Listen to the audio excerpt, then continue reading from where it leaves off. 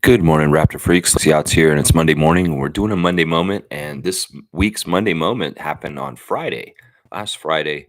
Former Raptor and former assistant coach, NBA champion with the Toronto Raptors 2019, Jamal McGlure from Eastern Commerce, Scarborough native, uh, won a got a very prestigious medal on Friday from the British Empire. I mean, it's kind of interesting. He's gotten something called the King Charles III Coronation Medal, which is given to people for service to the community in different ways. Now we know Jamal McGlure has been a community ambassador for the Toronto Raptors for many, many years now. In fact, that's his main role at this point. He was an assistant coach in recent years, but since Darko came in, he's gone more into the community relations again.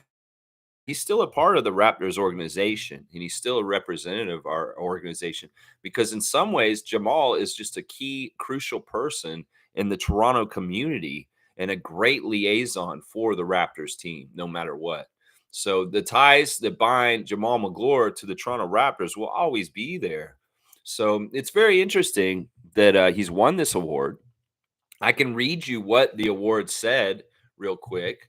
It's very interesting. It says Jamal Big Cat McGlure, born and raised in Scarborough, Toronto, is a celebrated basketball player and community leader. A standout athlete, Jamal graduated from Eastern Commerce, won an NCAA championship at the University of Kentucky, and was drafted 19th by the Charlotte Hornets in the 2000 NBA draft. After a successful 13-year NBA career, including a stint with the Toronto Raptors, Jamal now serves as the Raptors community ambassador. Jamal is dedicated to giving back and supporting his community. He is actively involved in numerous charitable initiatives, including the Children's Breakfast Clubs, CIBC Miracle Day, and Kids Help Phone. He is also the president of the Toronto Revelers Cultural Association, which celebrates Caribbean traditions and supports multiculturalism throughout Toronto's Caribbean Carnival. In 2017, Jamal founded the Jamal McGlure Foundation to help underserved youth achieve their academic and social goals through sports, arts, and community programs. During the COVID-19 pandemic, he launched initiatives such as In the Paint, virtual basketball clinics, and the Above the Rim holiday fundraising drive, providing grocery gift cards to families in need. His commitment extends to annual Thanksgiving drives in partnership with Longos to provide meals for 1,000 families. Jamal's passion for education and youth mentorship is evident in his plans to create a mentorship program for high school and postgraduate students. He believes in the power of mentorship, which he credits for his own success. Jamal's work exemplifies his belief that investing in youth is investing in the future. His efforts highlight his dedication to positively impacting his community and inspiring the next generation. It's an amazing thing. I mean, seriously, this is from King Charles over in Britain, Prince Charles. You know Charles. Yeah, this is his medal. This is a coronation medal. It's not something that's just given around and handed out to people. This is for really, really good service for the community. And this is just how Jamal McGlure is. Of course, we know about his ties to Carabana and the things that he does to help organize that and help marshal it. We know about the stuff that I just talked about, mentorship programs and stuff like that. We know also about the sad murder of his half brother, Justin Shepard, and it's still unsolved to this day. Jamal has a strong conscience. He has a strong belief in helping each other and trying to build each other up. And, a story like this in 2010, a young woman in Toronto who's 28 years old, a mother, was gunned down in Scarborough and left behind a disabled son. And well, what did Jamal do? He was currently playing at the Miami Heat at that time. He picked up and made a foundation for this young man so that he would be taken care of, even though his mother was gone and murdered at that point. So, yeah, that's amazing. Like, this dude is out there changing lives and saving lives and helping lives and mentoring lives. And that's the kind of person that is just amazing and deserves award like King Charles III Coronation Medal. So salute to you, Jamal McGlure, NBA Raptors NBA champion, former alumni of our team, and just the community ambassador, the ultimate community ambassador for the Toronto Raptors. Man, what a good dude. And yeah, he's still around and given to our community in all kinds of different ways. All kinds of different ways. Salute to you, Jamal McGlure. You're our amazing person, and we appreciate you and all you do for the Toronto community. Let's see what Trevor J is saying real quick here. Good morning, family. One of the most important things I've learned in life is to ignore most of what people say and watch what they do instead. Yeah, I mean, that's the old saying, actions speak louder than words. It's true. It's true that action is more telling than what somebody may say to your face, and that's the best way to kind of suss out what somebody's all about. Yeah, it's a tough thing.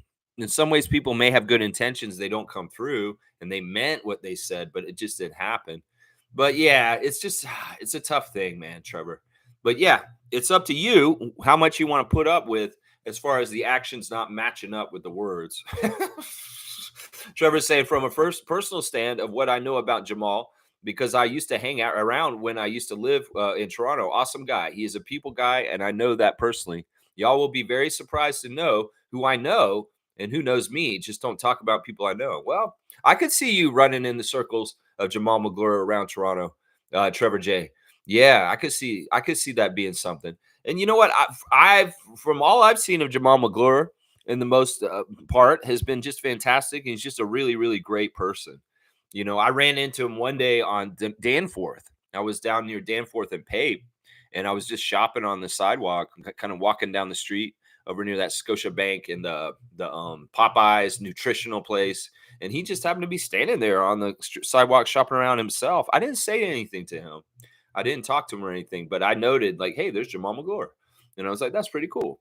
So he is definitely a man around his community and his city, Toronto, Scarborough. And yeah, he's a really good dude from what I can tell. Of course, we know the stories of Jamal being on the bench, heckling the other teams, and then in some ways he's gotten us in trouble. He got us in trouble with LeBron once. Back in the day when LeBronto was happening, Jamal kind of egged him on with a little cup, yelling at him from the bench. And yeah, we don't need that. We don't need you to antagonize somebody like LeBron James in the situation we were in, Jamal McGlure. But he meant well. And in some ways, Jamal was kind of an enforcer off the bench, like as a coach. You have an enforcer on the floor like Serge Ibaka or Charles Oakley in the past. Well, Jamal was kind of that guy who talked trash from the bench for us as an assistant coach. And he would also stand up for us in certain ways and say certain things to opposing teams at times. So salute to a real one, a true Canadian, Canadian hero, Jamal McGlure. Give him back like somebody gave to him before. That's the important thing. Mentorship carries on. If you're a mentor to somebody else, who knows? Maybe someday they'll become a mentor to somebody when they're older. So that kind of stuff is important. And I know that Jamal is all about that. He's all about that. Let's see. All right, we got our current Raptor Freak champion of trivia. Ahmed Gaming is checking in with us real quick. Good morning, everyone. Hope you are all doing well. Started school today. The high school teachers were on strike until last night. So tired. I just wanted to pop in and say what's up before I take a nap. Ahmed, I wish you good rest and peace and love and happiness in your life. Yes, we will be playing trivia tomorrow, Ahmed. So get your rest up for that. And thank you for popping back in, my guy. Respect and love always to you, my guy. Our Raptor Freak trivia champion, a great, great, great young man who really is, on his way to good things. I can tell. Ahmed's such a go-getter, and the way he's played so well in our trivia. Oh my gosh. Yeah, Ahmed, I'm very impressed with you, man. Very impressed. G's here. G, the original Raptor Freak trivia champion. His name's on that trophy too.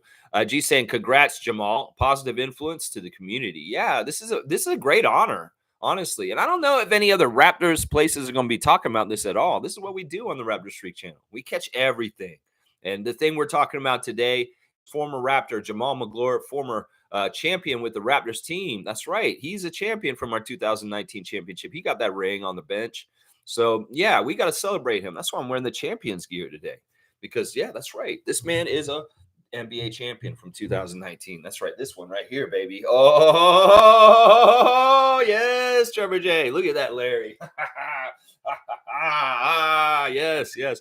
All right, Tommy Dookie's here. Good to see our West Coast Raptor Freak president in the chat this morning. He's saying, even amongst all the huge humans, Jamal seems like he would be great to have on your side when the ish hits the fan. Still likes to chirp from the bench. Yeah, yeah. I was just alluding to that a little bit there, Tommy. He's saying good Monday morning, everyone. Yeah, yeah. He is a very much an active talker. As maybe he's on the bench encouraging the Raptors to play better. Maybe he's calling out assignments, but also sometimes maybe he's checking people on things verbally from the bench and saying stuff. But yeah, he's a big dude. And I don't think most people would mess with a guy who's almost 7 foot and his size and stuff like that. I don't think they would. No, they wouldn't. No, they wouldn't. No, no, no, they wouldn't. Cool Cat is here. Good to see Coach Cool Cat in the house, starting the work week again. Let's see what's going on with Cool Cat. Good morning, Raptor Freak crew. Congrats to Jamal McGlure. I do miss him on our bench. He brought a toughness to the bigs. Yeah, he was the big man coach for a long time. I think in some ways Darko just wanted a clean slate of his own people. And I mean, Jim Sand is an interesting coach that can be on anybody's coaching staff. As far as he's that kind of practice coach and helping and training kind of coach. And just in some ways, it's just his. The other thing is the arrangement with Jim Sand is that he doesn't need to be moving around or changing his life too much. And the Raptors probably gave him a deal or stability that, no matter what, we want you to just coach here. And most coaches would be very pleased to have Jim Sand on the team. Now, Jamal, in some ways, I don't know. Darko did want to carry over with him, but he brought in Drew Jones. Drew Jones is the big man coach for the Raptors now. And then kind of I don't know. Jamal's still involved with us for sure, because I mean, you can't separate him from his Raptors identity, because he's been entwined with Raptors pretty much for about 10 years now since he retired. So yeah, it's an interesting thing. And, we always going to celebrate him as a Raptor. He may have had more success in his NBA career in a Hornets or a Heat jersey, but still, he was a Raptor. He was a Raptor champion also. That's what's important right there. Yeah, he's a tough guy. And yeah, his insight on how to train the big men I always saw him before the games working with people like Jakob Poeltl and stuff like that. Yeah. Kareem saying, happy for my boy. Wish he could have gotten that medal from Prince Charles himself. We used to go to his dad's house all the time out in Pickering. His dad and my dad used to be great friends. This is awesome. So a couple of the Raptor freaks have friendships with Jamal McGlure. This is awesome to find out. It sounds like Kareem was pretty tight with him here. Let's see. Yeah, it would have been cool if King Charles could have came over. But, there's also speculation that King Charles is not doing well health-wise in different ways. Yeah, he may not, I hate to say this, but he may not be in reign for very long compared to like how his mother, oh my gosh, she was queen for like 60 years, something like that, something really, really long period of time. So I don't know if Charles is traveling a whole lot at this point, and that may be part of it, but still, it's a big deal. My grandmother, when she turned 100, she got a letter from Queen Elizabeth before she passed away, celebrating her 100th birthday. Yeah, she has the plaque and a picture on her wall in her room where she stays. So that is pretty cool. I mean, in some ways, I'm kind of like also like, yeah, it's a monarchy. It's Britain. Yeah, we're Canada. We're independent. Like, why are we doing this? But also, there is a prestige to this. And in some ways, this is the stuff about the royal family I do like.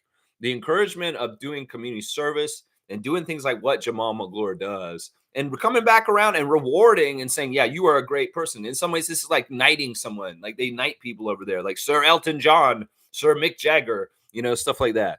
So yeah, it's a high esteem award, even if it's kind of like, yeah, the whole hierarchy of colonialism and the British Empire is kind of messed up. But still, it's very, very cool accolade. Now I gotta see this. You used to go to his dad's house and hang out in Pickering with him, and his dad and your dad are great friends. That's pretty cool, Kareem. That's very, very cool. That's very, very cool. I'm sure Jamal is just as he seems in person, just a very vivacious, caring, understanding, considerate person who's got a great laugh and just is kind of like a really down to earth guy. So yeah, that's awesome. You guys knowing Jamal, I'm not surprised, honestly. Trevor J and Trevor J and Kareem have a past with this guy. So cool. Yeah, let's see what else you guys are saying. Cool Cat saying great assistant coach. Was sad to see him go. Yeah, I don't even know if he's officially gone or anything. It's just that the job title changed. He's still employed by the Raptors.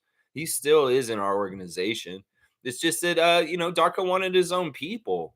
And it really, we had to clean house on our coaching staff to a degree because of the murkiness of the toxicity of our coaching staff in the last year, Nick Nurse. So yeah, Kareem saying, Amit, stay awake. Just take a nap tomorrow at 9:30 a.m.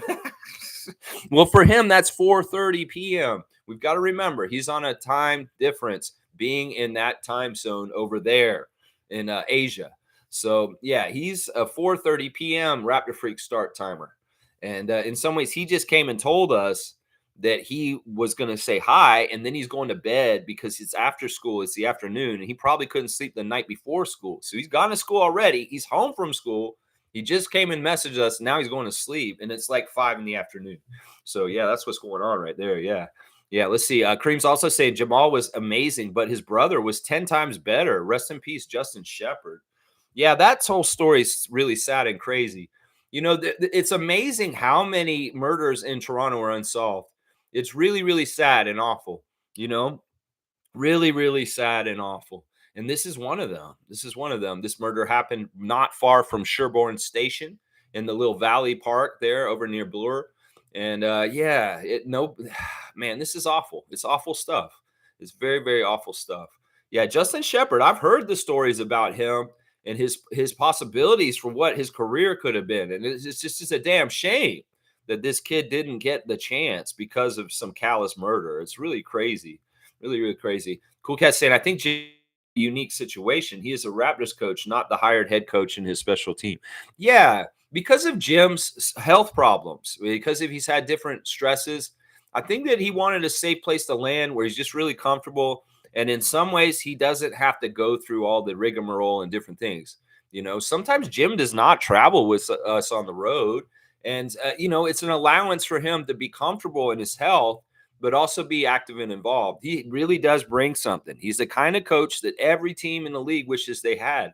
And it's really about being available for those players and being there to help them get their game right. And he's a practice coach.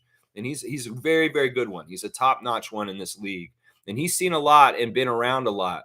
And I'm sure that the Raptors players can pick his brain and find out a whole lot of different things from all the years experience that he has around the NBA, the different places he's been. I mean, he was on the Raptors in the early 2000s as an assistant coach. So he has a very, very long perspective with things in the NBA. So I think this is true. I think in some ways you're right. The designation is that he's not on the coaching staff. He's actually in the Raptors organization, like the dietitian or the strength and conditioning coach. Yeah. Fiercey saying this morning. Good morning to MJ. Good morning, fam, and happy Monday. Help me celebrate my mama's 85th birthday. Grateful she's overall healthy and still with us. Yes. Yes. Happy birthday to Mama Fiercey. Yeah. That's fantastic. Happy 85th. Happy birthday. Happy birthday. Happy birthday to MJ's mom. Happy birthday. Happy birthday. That's amazing. That's fun and that's awesome. Thank you, Fiercey, for sharing that it's your mother's birthday today. Fantastic. You know who else's birthday it is today, guys? It's Jordan Wara's birthday, guys. Actually, this is our Raptor birthday for today. Our Raptor alumni, Jordan Wara, who was on our team last year and has gone to Turkey to play basketball this year, not making an NBA team, going somewhere else. This is another thing symptomatic right now. All these pretty good players going overseas. This is an interesting story that just came out recently. C.D. Osman was offered a training camp contract with the Lakers that was non-guaranteed. He said, Lakers, I'm not coming back if it's not a guaranteed spot. I'm just going to stay over here in Europe and get paid more and have a guaranteed spot. And I don't even want to deal with your dumpster fire. So this is the latest person to reject the Los Angeles Lakers franchise, C.D. Osman, saying, yeah, I'm good over here in Europe. And yeah, don't give me this BS like non-guaranteed training camp invite to try out for your team. Yeah, I'm not about that. So that's very interesting. So in some ways, The Europe options are becoming more attractive. In some ways, I wonder if the NBA should be a little worried about this as far as the very talented mid-level players that could be playing in the league are actually going to be going overseas to get bigger paydays. If the current NBA pay structure is going to really, really, really favor the really, really, really top players getting the top contracts, and there's no middle ground. It's either you make the minimums like a rookie or some of the young people or the veterans that are just trying to make the league. If you're a fairly good player and but you're not getting compensated, something like what's happening to Gary Trent Jr. this year, well, maybe that overseas option is going to look more and more attractive to very good players that normally would be in the league. In some ways, that will hurt the NBA's quality of play, if you ask me, over time. Watch, it will. So, yeah, they may need to adjust the salary cap to allow for a middle class as far as wage earners in the NBA as players. Yeah, they may have to adjust that. They may really, really have to. Tommy's saying, happy birthday to Mrs. Fiercey. That's right. There you go. And Scotty Barnes is saying it. There you go, Tommy. Fiercey said, I still follow Jamal McGlure on his IG, and he's extremely busy and gets his flowers. The ambassador title suits him very, very well. Yeah, I mean, the work he's done with Caravana over the years has been fantastic. You know, he's just somebody who's recognizable. And I'm sure when he's out in public and in different areas around Toronto, mentoring and doing what he does, he's so approachable. And that's the thing. Kids need access to heroes and people that can teach them and help them. And Jamal is always available, as far as what I can see. Yeah, Cool Cat saying birthday blessings to Fiercey's mom. Yes, happy 85th. So fantastic. And I'm glad to hear that she's in great health. That's awesome. Yeah, Fiercey saying thanks, Tom and Cool Cat. Yeah, happy birthday, Fiercey. Dap from the Commissioner of Trivia. David's a boring. Look at David coming in, strolling in with the dap. All right, let's go and do the classic card of the day. Let me see. Let me get it. We have there's not as many cards in the box right now, so we're gonna have to see what happens over time. All right, we got a card. Let's see what happens here. I'll go ahead and go down the bottom. 946 is when David checked in. And so let's see who's going to get that classic card today. So y'all know the rules. Don't half-ass me. Can you tell who that is? Can you tell who that is? Let me get the shine off of it. Yeah, that's a little bit of a weird card. It's a weird angle. We're going to get to see the double chin from the bottom. It's not really a double chin, but it is kind of. You know, it's kind of one of those chins. Let's see if anybody's going to get this. That's right. Who is that? Some ways, this player is very apropos for this channel. It's somebody that we have talked about this summer, very briefly, but it is somebody that's kind of important to our country. Blake Griffin is not right. That is not Blake Griffin. That is not Blake Griffin. But it's an interesting guess. I would say that this person, yeah, hold up. No, wrong guess. That's right. I would say this person, there we go. Smooth got it. This person's from the same area of the world as my mother. This person is from Manitoba. And this is Todd McCullough, Canadian Todd McCullough, who's on Team Canada many, many times. And Smooth is on it again. Todd McCullough, when he was on the Nets. And I'm very, very, like, that's a tough angle to get Todd from. Because if you look at him on the back, that's kind of doesn't look like him from that side. But yeah, Winnipeg, Canada. Todd McCullough, 7-footer. McCullough, like fellow 7-foot, 280-pound Bryant Reeves, likes to throw his weight around using his huge frame. Each tries to back deep into the lane for the short drop-in shot. In college, Todd led the nation in field goal percentage for 3 straight years. And in 2001 playoffs, he sank 24 of 38 in his shots. Wow. Yeah, wow. Good job, Smooth. 150 points for you from David on the classic card for today. Canadian Todd McCullough, the classic card today. Pretty cool. Pretty cool. I like getting a Canadian player in the classic card. If we're not going to get a Raptor, some sort of connection to what's going on with our channel and stuff like that. That's really good. Yeah. All right. Let's see what else you guys are saying in the chat. Cool Cat saying, so McGlure is in the head office now. Excellent. Well, he's always had these dual roles. Cool Cat. He's always had this dual role. He's been a community ambassador the whole time he was the assistant coach also. So he's just doing the one job now more than the other one. And in some ways, him not traveling with the team and being around can allow him to do more in the community because he's a very recognizable person associated with the Raptors. And him being homegrown from Toronto, Eastern Commerce, is a huge deal because he can really put himself in the shoes of the youth of this community. So it's a really big part of it. Yeah, Fiercely saying, "Have an amazing school year, Ahmed." There you go. Fiercely wishing Ahmed well on his education endeavors for this semester and this year. Yeah, there you go. There you go. Fiercely saying, "Thank you to David for the birthday wish for her mother." Cool Cat saying, "Is the former 905 head coach back to the office for number crunching?" Yes, he's a assistant coach under Darko. Darko is gonna take Eric Curry as his stats meister on his backbench. So you'll see Eric at Rap Donaldson. He's doing the analytics. So that's kind of his bread and butter. He's really good with computer programming and modeling and seeing like trends, and that's what he's going to be doing for us this year. He had his chance to be a head coach for 905 2 seasons in a row. Mixed results, mostly. But now this is the thing. Eric Curry is an anointed golden boy by Masai Ujiri. Masai Ujiri absolutely loves Eric Curry. Eric Curry has been involved in our franchise pretty much since Masai's been here. When Eric Curry showed up, he was like a mail clerk. He didn't even do a very important job. He's just a really smart guy that works really, really hard. And what happened was he moved. The secret of his success is he moved positions all the way up. I mean, he went from like a mail clerk kind of person to like a video game editor. He's done different jobs for the Raptors, and he's just steadily moved up. So when he got the head coaching job in the 905, that was just his ascent through different jobs in the franchise. Masai thinks he's a very valuable employee, and he's going to keep him around no matter what. So that's why Eric Curry is on our team. It's very much like Teresa Resch until recently. Teresa Resch is a Masai person also, somebody that he absolutely trusted and thought was just a brilliant and amazing person that he wanted to have on his team.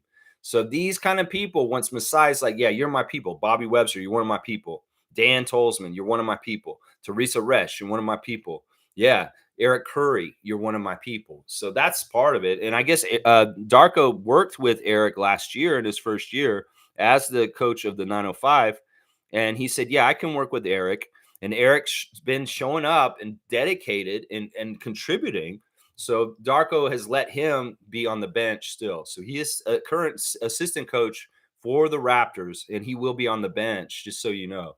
So, but he'll be on the back bench. He's not one of the main assistants like Pat Delaney or Jama or Coco. He's more one of the backbench guys like John Goodwillie. Those guys. Yeah, I don't even know John Goodwillie's still around either. So, but yeah, Eric Curry, that's why he's still around. Yeah.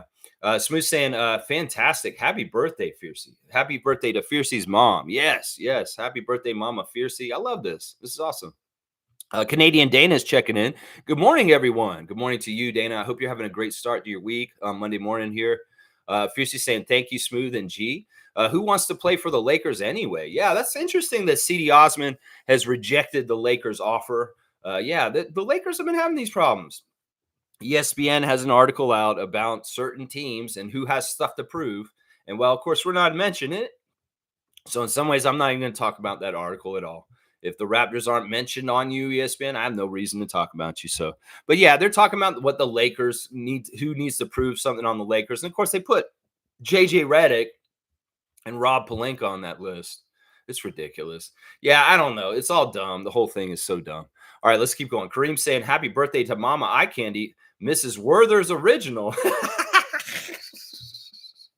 Oh man, that's funny. I hope she has a great day. Blessings to her and you. There you go, Kareem. All right, what is it? It's not complete. A Monday morning is not complete without a full ass dunk. That's what I'm saying right there. This is not complete without that. I'm gonna give you a 2-pointer. 257, Kareem for the Werther's original. That's hilarious. That is so hilarious. Fiercely saying, thank you, Kareem. Mrs. Werther's. Yeah. Oh my gosh. But no, oh my gosh.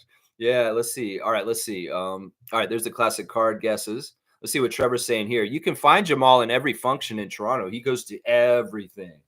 Yeah, well, in some ways, he's got an interesting life because I don't know what he does in his different things, or whether he's got a business or doing different things or different endeavors. But if he's well to do, He's a public figure. I'm sure going out in public and being seen in different places, that's part of how he can put his influence out there and be such a good positive role model and mentor to people. So yeah, I can totally see this being something that he's going to go and do. Obviously, he loves to do the Caravana, and yeah, there's all kinds of different things. I'm sure Jamal McGlure is showing up around town. Sometimes the Raptors call him up and say, "We need you to go down to this place and represent the team," and he's there. He's there. Yeah, that's what I was saying about that. Yeah, yeah, yeah, yeah. Kareem said, "Damn, I was going to say Keith Van Horn. That wouldn't have been a bad guess in this way. Although you'd be a fat Keith Van Horn, a little bit of a chubby Keith Van Horn. Maybe Keith Van Horn if he was on the stuff that Cartman was on that one episode at South Park. Maybe that. Yeah, Keith Van Horn. Whatever happened to Keith Van Horn? It's like, man, talk about somebody that was actually a pretty good NBA player, but just dropped off the face of the earth. And I don't even think I've ever heard anything about him since. Like, seriously, what happened to Keith Van Horn? Seriously, this is like a mystery. We need Robert Stack. Do do do do do do do do do do do. Unsolved mysteries. Do do do do do do do do do do do. It's so scary, man. It's so scary, man. Let's see. Fierce's got the flag on blast, the maple leaf. I love it. I love it. I love it. David's saying that's a brutal last name. McCullough. He just looks ugly. Well, that picture looks bad. Like, this is a really bad picture of Todd from the bottom. Look at him on the back, though, David. He doesn't look as bad there, right? He's just a Canadian kid from the prairie, man. He's a Manitoba guy. There's not many NBA players that came from Winnipeg. Let's just put it that way.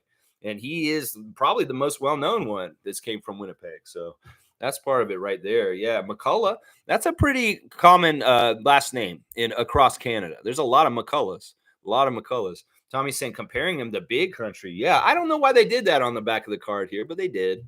They did. Who is this? Tops. Yeah, Tops cards. Expectations 99. Yeah, okay. I think that's a rookie card, honestly. Yeah, David saying, holy shit, Batman, 972. Let's go. 972. What are we talking about? 972. Holy shit. Oh, yeah, with the dunks? I don't know. Kareem saying, he has 272, not 972. Kareem saying, what year is that card? McCullough must have gained weight. I think it's a rookie card. Let's look at the back. They're comparing him to Bryant Reeves on the stats here. So look, Todd shot better than Bryant Reeves. He was worse at free throws. He got way less rebounds, less assists, less steals, less blocks, and less points. So yeah, I think Bryant Reeves beat you, Todd McCullough, on this one. 2000-2001 statistical comparison. That's so weird. Why would they do that to this guy? All right, here's your card. We're going to compare you to another player in the league, and you get beat and everything. That's not a very fun card to get from him. Why couldn't they compare him to somebody like, I don't know, Dwayne Shinsis? Why wouldn't you compare him to Dwayne Shinsis instead of Brian Reeves? Brian Reeves was the franchise player like Mighty Mouse for the Grizzlies, and he was getting fed the ball. It's not like Tom McCullough was getting fed the ball at any point in his career like Brian Reeves was. So it's not really a fair comparison. Go compare him to the old Florida Gator, Dwayne Shinsis, instead. Tops cards. Geez, there's my gripe right there. Freaking out on a Monday. That's a Monday freak out. Freaking out about a card from like 25 years ago. Yeah. Cool Cat saying Eric Curry is our Spoelstra in trading. I would want to think that, but nah. Nah, in some ways that may have been like kind of the thing we were trying to build with him by sending him 905, but he just doesn't have it. In some ways, Spoelstra has some fieriness. He's like, he's this kind of guy who can be a dick. Like, he can be really like mad and really adamant. And in some ways, Eric's too much of a pushover. That's the problem. Eric Curry is just too much of a pushover. He's like, nah, yeah. The ref says like, oh, challenge. And he's like rolling over. And in some ways, I always wondered how tough he was with the players and whether they respected him. That's part of it right there. Heat culture is because of Eric Spoelstra. And heat culture gets a lot out of their players that are undrafted and they don't do a whole lot. Yeah, Curry didn't get that out of our guys in the 2 years when he coached 905. And yeah, we could say that maybe because they have the same first name, but that's about all they have in common, honestly. That's it. Yeah.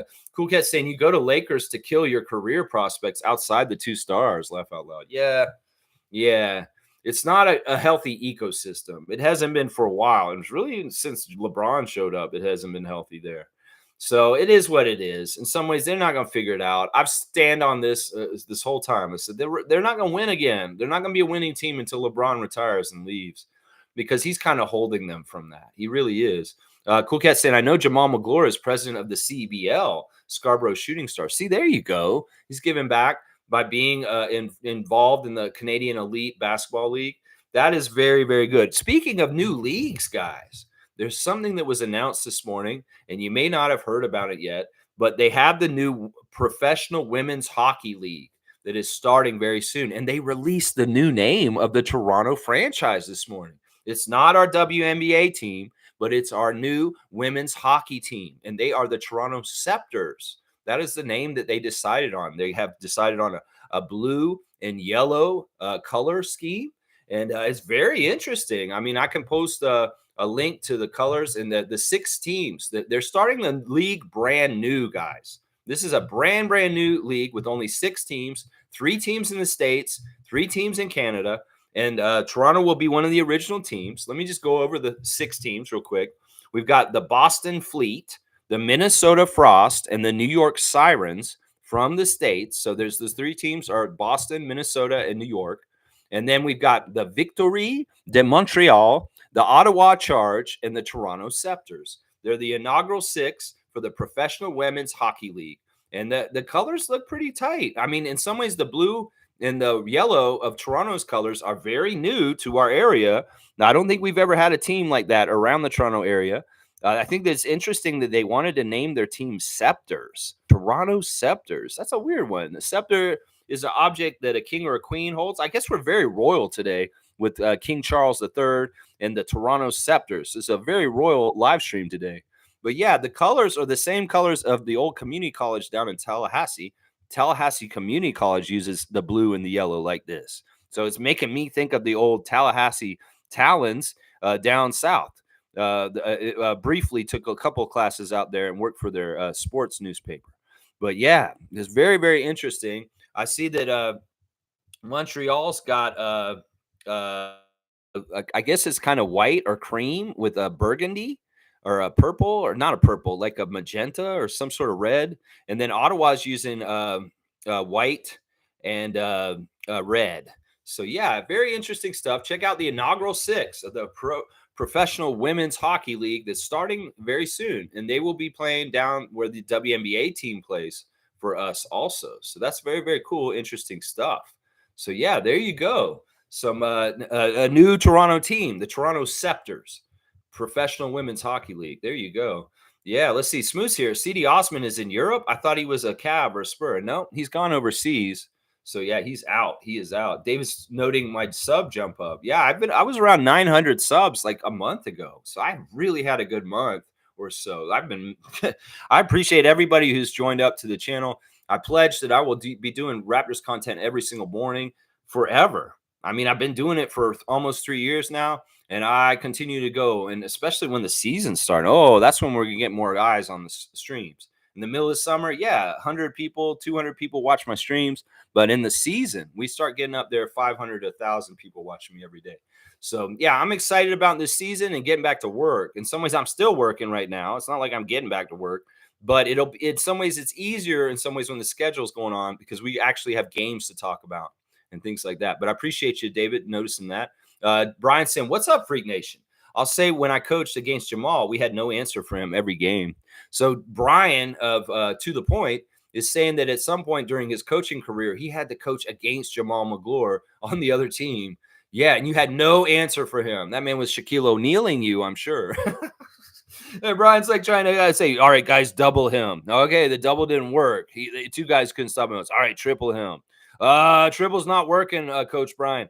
Quadruple him. Okay, yeah, we'll try that. Nah, it's still not working. Let's all right, quintuple him. All right. Okay, we'll try that. All right, that's not working. All right, then are there any more players we can put on him? No, they're not. Okay, I guess we're not stopping him. I mean, that's kind of how that went, Brian, isn't it? Trevor said former Raptor Malcolm Miller signed with a new team in Taiwan. There you go. Former Raptor NBA Raptor champion from 2019. is gone to Taiwan. I think the last time I heard Malcolm Miller where he was playing was in Puerto Rico. So he's hopping to another place around the globe. There you go. David saying we should get a fire-eyed Darko up in the emojis from the Scotty Barnes All-Star rant. It's a complete crap. That'd be fun. I like that idea, Tommy. If you're listening, Emoticon Giant. If you want to do any kind of Darko with fire eyes, that sounds pretty cool. Especially with this rant where you say, if we're not supposed to win, you could have told us and we wouldn't even showed up to the arena, Los Angeles Lakers and Ben Taylor. Yeah, if we weren't supposed to win, why did we even show up? You jerks. Yeah, I understand this. I understand this very much. It's a complete crap. That's right. Andrew's here saying, good morning, everyone. 27 days until we can feel sane again. Yikes.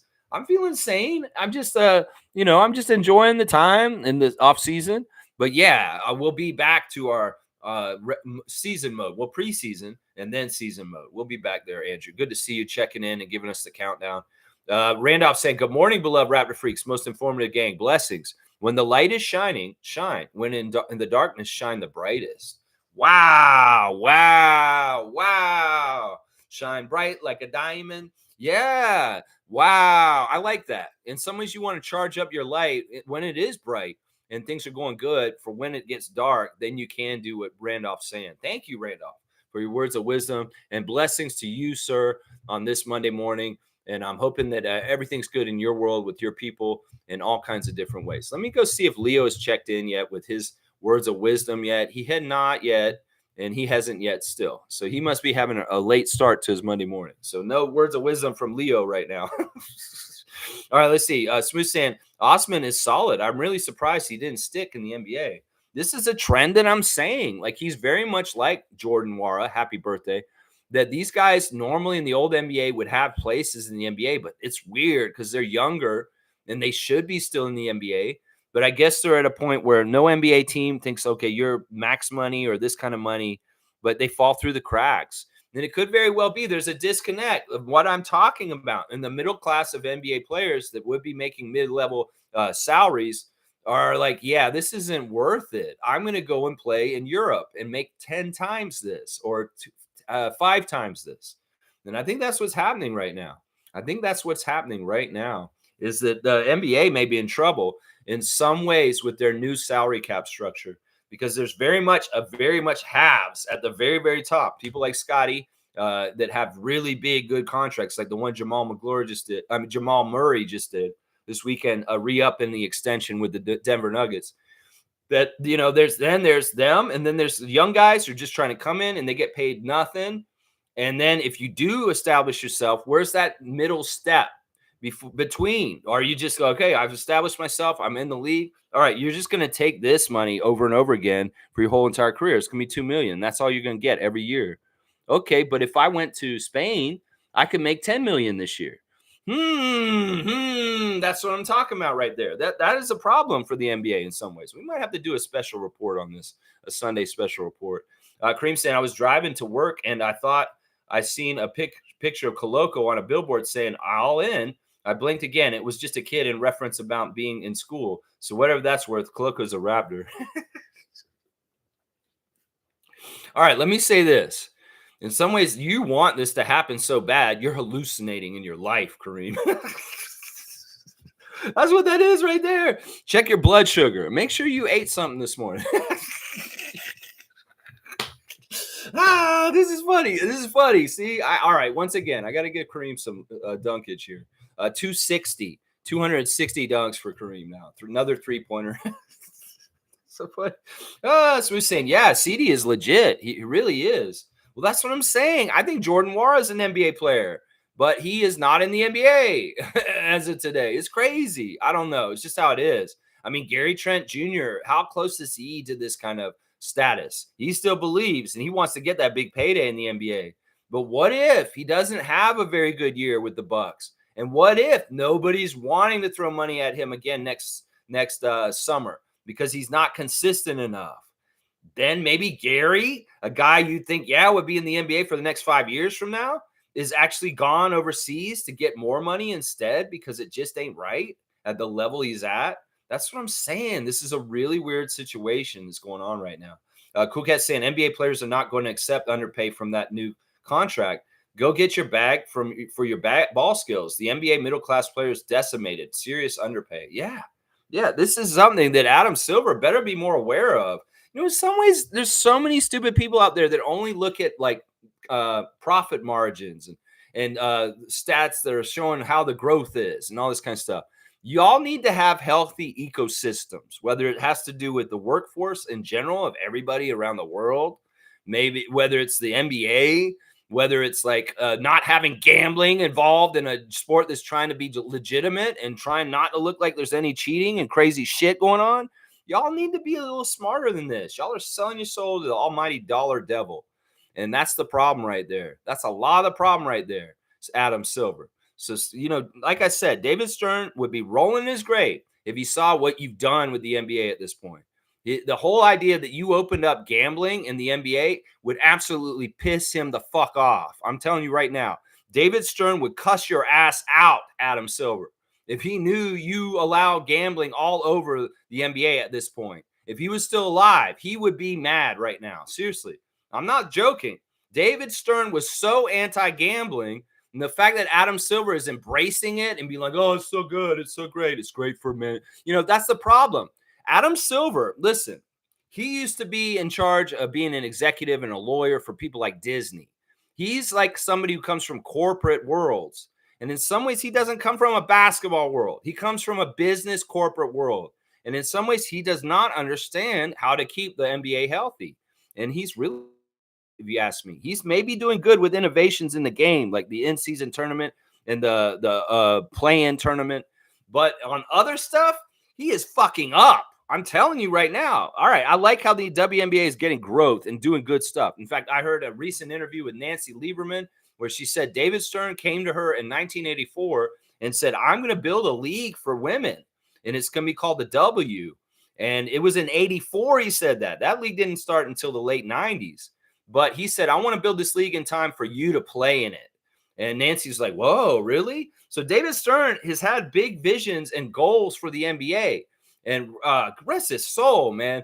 But the other people, the people like Adam Silver, they're in charge of it now. They're not going in the direction of what his visions were. No. The gambling's a huge, huge problem. And I'm telling that over and over again. That's a real big problem. Real big problem. Yeah, Fiercely saying, in my opinion, C.D. Osman was slightly better than Wara and also good at three-pointers. It is interesting the Cavs didn't want to utilize him, but then again, they have Strus and Yang who are similar. Yeah, and I think that in some ways Osman is better than Yang. Yang is really a joke in some ways. I don't even understand how that guy's in the league, honestly.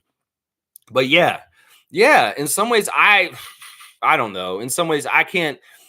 We don't understand every little detail of what's happening with C.D. Osman and all these kind of things. And well, he wants to go overseas and get more money. Hey, power to you, man. Power to you.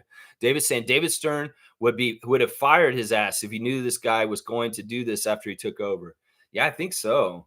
I mean, in some ways, look, there's a balance in the NBA before of product and making money. And in some ways, that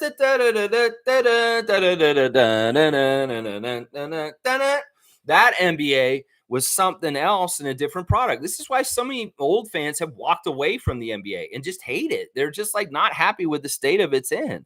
It's because back then the product mattered. It was a very good product. It was marketed very well.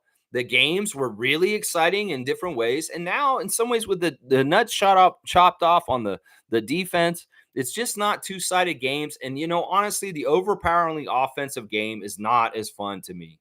It really, really isn't. The NBA games were better in the 90s. Everybody says this. 90s basketball was probably the height of the NBA, was the best NBA ever that decade. The 80s were pretty good too. 2000s were still okay. But the 90s was really the peak of the NBA, honestly. It really, really was. And it's too bad because, like, a lot of things have gone downhill in that league as far as the way the players really care and try. That's gone way downhill. You can't tell me that these players are trying harder than the players did in the 80s. That's the damn not the truth. That is just not true. These guys are lazy. And in some ways, they're pampered and spoiled and they're soft. That's just the damn truth. They're soft. You can call them plumbers and say, "Oh, these guys are do this and this." Yeah, maybe your guys are more talented now, but you know what? In some ways, I take those hard ass working physical plumbers that play the right way, and let's see how they knock you on your ass and see how you react to that current day NBA stars. Yeah, I mean it's crazy. It's crazy to me. Yeah, Andrew's saying shout out to Adam Silver for choosing Scotty as an All Star though. Yeah, but in some ways he's I'm still mad about that, honestly, Andrew. He should have been an all-star without being a replacement. Let's just put it that way. He should have been an all-star without a replacement. The coaches should have put him in anyway. And in some ways, yeah, it would have been egregious if they hadn't chose him and they just ignored us. But that's the other thing. That decision, Andrew, is for this reason. You don't have any Toronto Raptor representatives at All-Star Weekend. Maybe Canada's not even watching that year at All-Star Weekend. Seriously, seriously. In some ways, they have to have Toronto representatives to capture the market up here to add to the ratings. And that's more why he did it, probably. Other than the fact that his stats very much say that he is an all star and he's one of the top players in the league. His stats say that. And if you compared all the stats to different people they were considering, they honestly were thinking about putting Derek White in as an all star over him. That's bullshit. You can look at all the stats and you see Scotty's up there with Luka and Giannis and LeBron as the all-round stat kind of collector. And that's why it would be egregious to omit him. The fact that he wasn't just a straight up all-star is insulting in some ways, that he was a replacement. Yeah, Trevor's saying you've missed some comments. All right, I'll go back. Let me see what I did. Let me see what I did. Okay, yeah, I see you said one thing there where you're saying you're heading to Chicago today for 3 days. Okay. Okay, interesting. All right, let me see. What else? Andrew's saying low end role players would rather go overseas where they make more money, get more playing time, more freedom on the court, and they're that dude. Yeah, yeah, I could see that. Smooth saying it sounds crazy, but I think CD Osman's better than Gary Trent Jr. Whoa, wow. I mean, they're kind of similar players in their roles. In some ways, not really, I guess. I don't know. That's weird. That's weird. Well, have a safe trip to Chicago, Trevor. I want to say that to you real quick. All right, let's keep going with more of the stuff that's going on around here. Let's do the Instagram stories real quick. We'll start off with Garrett Temple. Garrett Temple is on a plane and he's reposting a post by his wife, Kara, and she's saying the way he commits to accomplishing tasks and pushing himself is just everything I've ever wanted in a husband. I admire you. And that's a wife saying something to her husband, Garrett Temple of the Toronto Raptors, our old head. That's awesome. That's awesome to see that. And yeah, Garrett's a go-getter. And he gets a lot done. That's for sure. Jamal Shed showing his little small pictures once again. He looks like he's at Remy. So he may be hanging around the same place as Gary Trent Jr. right now. They're both at Remy in Hollywood, Florida. So Jamal's putting in work at Remy. So that's good. That's good. Well, Remy Workouts is a good place for Jamal Shed to be. And I guess maybe he's seeing it. Maybe Gary Trent's still around, Gary Trent Jr. Let's see. Also, he's celebrating a guy who plays for the Texas Longhorns, Thorpe. I don't know what he did, but he's saying Thorpe in the college football. Slim Duck still showing the work he's doing this summer like crazy. There he is on the court, putting shots up over people, laughing.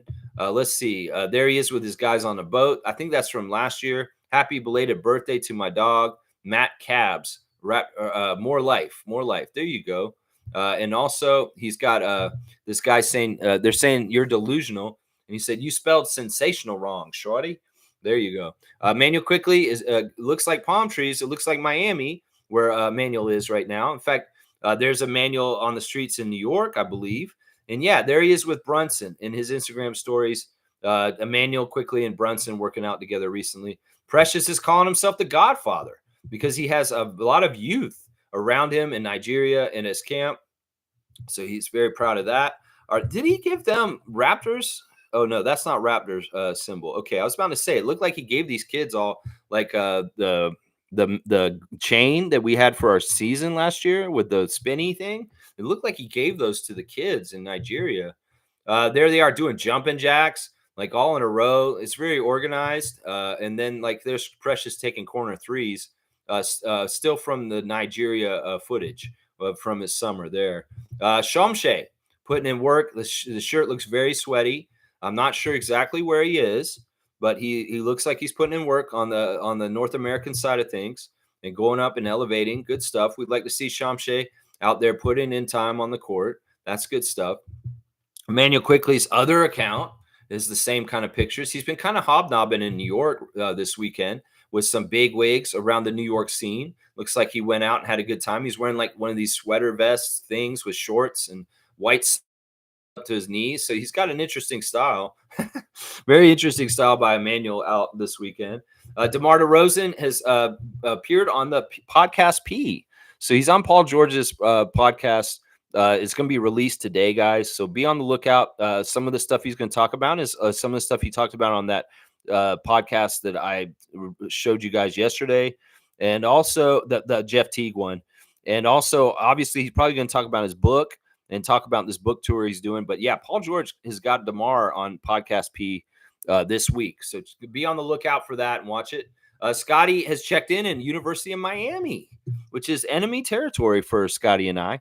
We're Florida State Seminoles, and we're not big fans of hurricanes in the Miami area. And it's actually very interesting to see that Scotty is at the University of Miami practicing on a hurricane court, because he's a very devout Seminole. And we've heard him give Bruce Brown crap for being a Miami player. So we've heard the trash talk from Scotty too. I heard him say it on Twitch.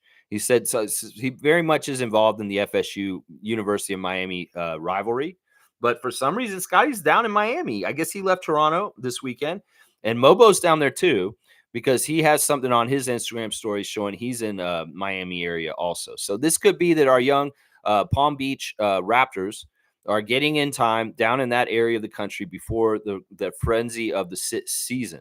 So Scott is actually in Florida right now, just so y'all know. Let's see what else. We got Jamison Battle celebrating the Minnesota Vikings. Big beatdown of the New York Giants yesterday. Gary Trent Sr. is out on the court with the youngsters, putting in drills, teaching them, mentoring the kids. And he's also talking about being a Virgo and what that's all it's about. Gary Trent Sr. is all about talking about relationships and women. And there he is. He's in the sauna. So, Fiercey, if you feel like seeing Gary in the sauna again, he's in the sauna with his friends this time and one of his kids. It's kind of cringe. I'm not going to lie. But, Fiercey, maybe you need to go check that out, Eye Candy. I'm not sure. Last time you were traumatized. You may very well be traumatized once again. So there are sauna Instagram stories with Gary Trent Sr. once again. He's also opened up a bunch of swag. He got some Louis Vuitton shoes. He's opened up the box. It's orange. And last time they were like really nice green shoes. So let's see what he got this time. It seems like Gary's always getting like cool clothes. And maybe he's getting them sent to him or he's ordering them himself. Well, let's see. What do they look like? Gary, open the box. I want to see it. What does the shoes look like? Just open the dang box. You see the Louis Vuitton label on it. Just show me the box. Show me the box. Come on, open it, man. Why are you so slow at opening it? Just open it. All right, there we go. There's a bag inside of it. What is in the bag? Show us what's in the bag. Are those shoes again? Is he not going to pull them out and show us? What's going on here? Get them shoes out. Let's see what they look like. It's a bag, actually. It's a Louis Vuitton backpack. Is what it is. So he's got a Louis Vuitton backpack is what he got. It's got all the little Louis Vuitton symbols all over it. It's very Louis Vuitton. Let's just put it that way. He's also, let's see, he's got it on his back now. Yeah, it looks like it fits pretty good. He's very happy with it. Look at my Louis Vuitton backpack.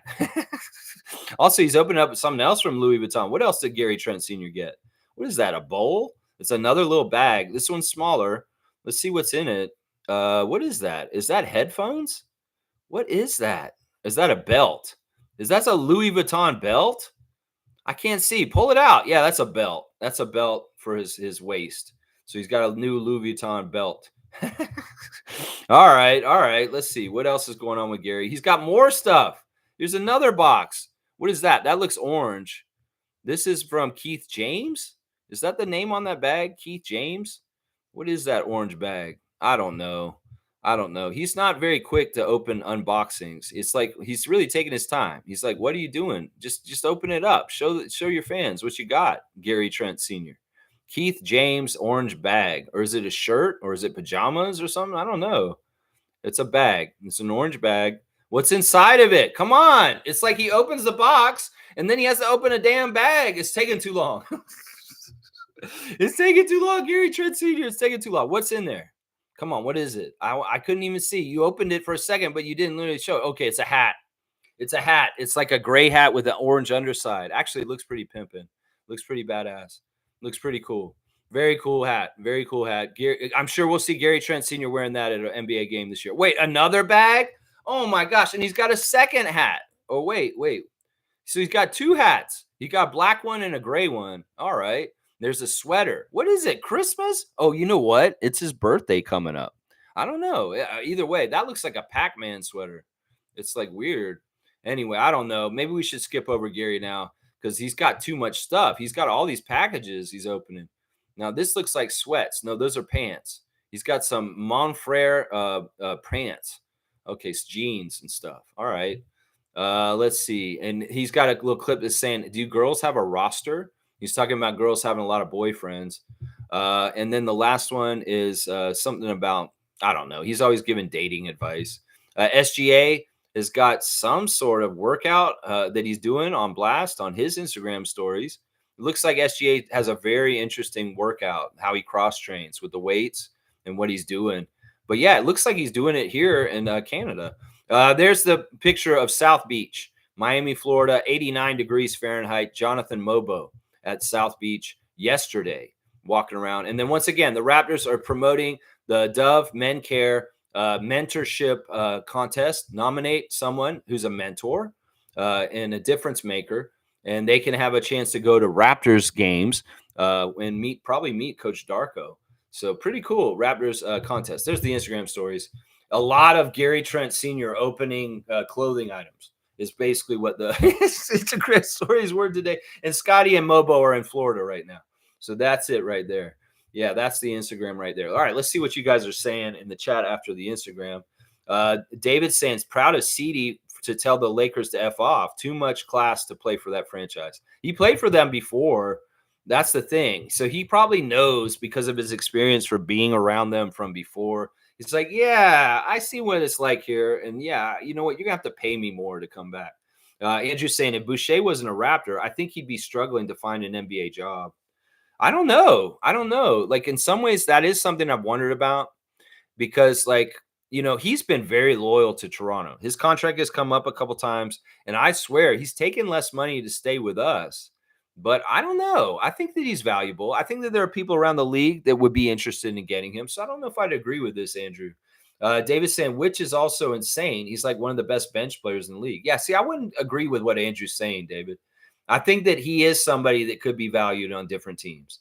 He's probably a bench role player wherever he goes. He's not a starter, but still, I think that people would find value in his aggressiveness on the offensive boards. Trevor's saying Ulrich working out hard. Yeah, and he should be. He's 18. He's got a lot of energy, and he needs to put that work in, the reps, and get his game up because we're going to need it, Ulrich. We're going to need it. Yeah, the GOAT. That's right. Andrew saying Ulrich Shamshay, future greatest athlete of all time. That's a pretty heady goal that you're putting in front of him, Andrew. That's very, very tough. I mean, what are you talking about? All sports in the whole history of time? Oh my God, to live up to right there. David's saying, hope Monique is doing okay. Haven't seen her in the stream much as of late. I think she's okay. We've interacted on this Facebook chat, and she's still posting information and stuff. And she kind of watches the stream later. She may be not watching us live right now. You know, in some ways, David, the morning time could be very hectic for her sometimes. And I just appreciate that she's carved out time for the stream when she has in the past. But it could very well be that, like, you know, Monique has different things going on currently right now where she can't be here every day live. And she tries so hard every time. But I'm sure she'll be back and she'll show up. But yeah, she's been posting stuff in our Facebook chat. So I hope she's okay. Monique, we love you. And we just hope all the best things are happening. And yeah, we miss you. Obviously, David's seeing this. Yeah. Yeah. Let's say, Fiercely saying, so this is interesting. I'm on the Ticketmaster website and can only see the away games. However, I'm on another site and can purchase tickets to home games from there. Make it make sense. I'm going to say this right now, Fiercey. The only things that are available for Raptors right now are two things. They're going through the season tickets, people, first.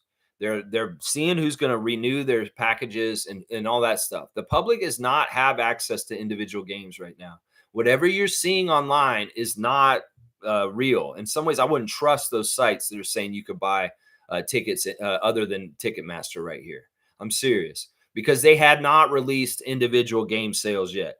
They're doing what they do normally in the beginning of the season right now, where they have ticket packages, and they're not even selling those to you yet. You can get on the list to get first access to 3 different Raptors 10 game packs for this season. And that's the only thing I've seen them offer. Now, we're all on the Raptors email mailing list. And when they are about to sell tickets, they tell us. And we have not got those emails, MJ. I know you're very anxious to nail down some tickets, but if it's not preseason, you probably don't have access to regular season tickets at all if they're individual game tickets. You may be able to buy some of the group packs right now that they're trying to sell. But this is part of their business strategy. They want you to go to a lot of games, not just one. So they're going to put the people that are willing to commit to 10 games and buying 10 game packs. And then when we get closer to the season, the individual tickets will be freed up and allowed to be sold, like what you're trying to do. You're just way too early. Let's just put it that way. And in some ways, you need to probably wait till October almost. The Raptors tickets sell real fast. And it doesn't matter if they wait. They're not like the other cities where we need to like get the tickets sold right now. And other teams may be selling their tickets in other markets. Like you may be able to get a Raptors ticket in Detroit already. But it's just the way they do it. They always do it this way. And you're just really anxious. I know you are. But I wouldn't trust another website, because if Ticketmaster is not able to sell them, nobody else is either. And that may be a scam, just so you know. Is what I'm saying right there. So the individual tickets are not available, Raptors freaks, just so y'all know. They're not yet. Andrew's saying, I'm so excited to watch Toronto play basketball. I hope all the rookies get time in preseason. They will. They will for sure. They will absolutely get time in preseason, and they probably will get time in the beginning of the regular season also. This is the best way to do it. In some ways, we don't want any of these guys, God forbid, to have any health issues. So in some ways, for them to realize their NBA dream, put them out there right away so they can get on the court. Think about Marquise Noel. If we had not played him for a real brief second at the beginning of the season last year, he would never have made his NBA debut, because he got hurt in the middle of the 905 season, and he didn't have a chance to get called up like people like Mohamedou and Justice Winslow. So that's the thing. They're going to go ahead and let these guys have their NBA dream come true near the beginning of the season. We'll get their debuts in the first month of the season. Watch, we will. That's usually the pattern, because you don't know how the whole year's going to go with health, and it'd be a damn shame if somebody like Brandon Carlson did not get to play the whole season all of a sudden. So they'll get them in there, and they'll get their debuts at least. Watch. Fiercely saying, nah, I'm good on the Trent Senior sauna sighting. Still battling PTSD from last time. It was weird to watch. This one's worse. Because he's in that sauna with like 5 people. And one of them is his son. And his son is very sweaty. And it's weird. It's very weird. Yeah, you're good on that. You don't even want to look at it. That's probably good. You know what? And stick to it this time. Don't go look. Kareem saying, did they reveal that our uniforms will include pinstripes yet? For the Raptors season? What are you talking about? For the purple? No, I told y'all. You know what Raptors jerseys they're wearing this year. It's this one. I'll keep pulling this Keon Clark jersey out every single time. It's this jersey that they're going to wear this year. Scotty and RJ and Emmanuel are going to be wearing this one. It has no pinstripes. It has chevrons on the side, and it has a black back and a purple front. This is the Vince Carter jersey. And this is a Vince Carter Hall of Fame 30th anniversary year. So this is the jersey they're wearing, y'all. I thought I told y'all this. I mean, it's in all of the advertisements for this season. Scotty's dogs are wearing this jersey. So I'm telling you, there's telltale signs. The purple front, black back is the season's retro jersey for this year. I mean, it's not the pinstripes. It's not going to be the dinosaurs. It's not going to be that stuff. It's that one right there. And speaking of Keon Clark, Trevor shared something from the NBA.com that I loved the other day. It was celebrating the NBA team that got the most block shots in NBA history in a single game. And guess which team that is? That's our team, baby. The Toronto Raptors have the record for most blocks by a team in an NBA game. It's 23. And this man right here, who in some ways is acrimonious, in some ways he's sad because he had a substance abuse problem when he played for us. Keon Clark had 12 blocks in that game out of the 23. He had over half of them in that game. And other people that got blocks in that game were people like Morris Peterson, Alvin Williams, Charles Oakley. Who else was in that game? Vince got some of the blocks himself. So yeah, that's pretty cool. The Raptors still have for most blocks by a team in an NBA game in the history of the NBA. 23 by a 2001 Raptors team, and Keon Clark was the leader on that. 12 blocks by Keon himself. That's pretty cool? I'm proud of that. So a little Keon Clark moment right there. Yeah. Fiercely saying dating advice. Let's see. From someone thirst trapping on a sauna is wild. Yeah. He's all about that. He's all about putting that dating advice out. Interesting. I think Boucher is a valuable player and a great energy big. I just don't know if Boucher could get more than a minimum from other teams the way the league is right now. That's true. Chris is on the last year of his current contract with the Raptors, and he's making like 12 million. And that's pretty damn good for him. And that may be part of this whole thing that's kind of scary for players that are in his kind of area in the league, as far as their the contracts they're getting right now. Well, we'll just have to see how it goes for Chris.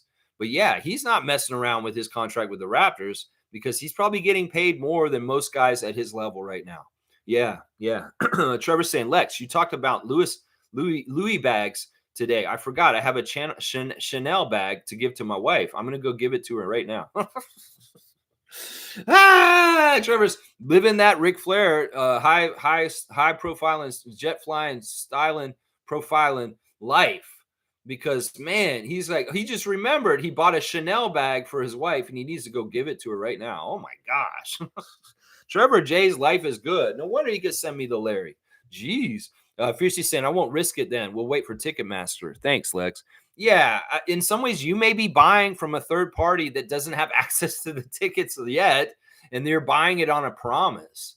They may be selling the tickets ahead without even having them yet. And in some ways, there's all kinds of avenues to get scammed on that.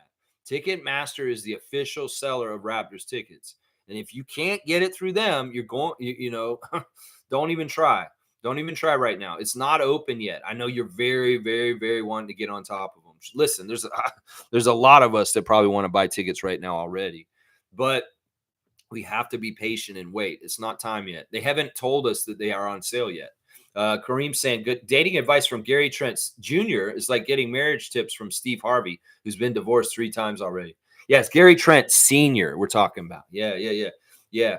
But I don't know. I don't know anything about Steve Harvey's marriage history or anything like that. All I know is he was on Family Feud.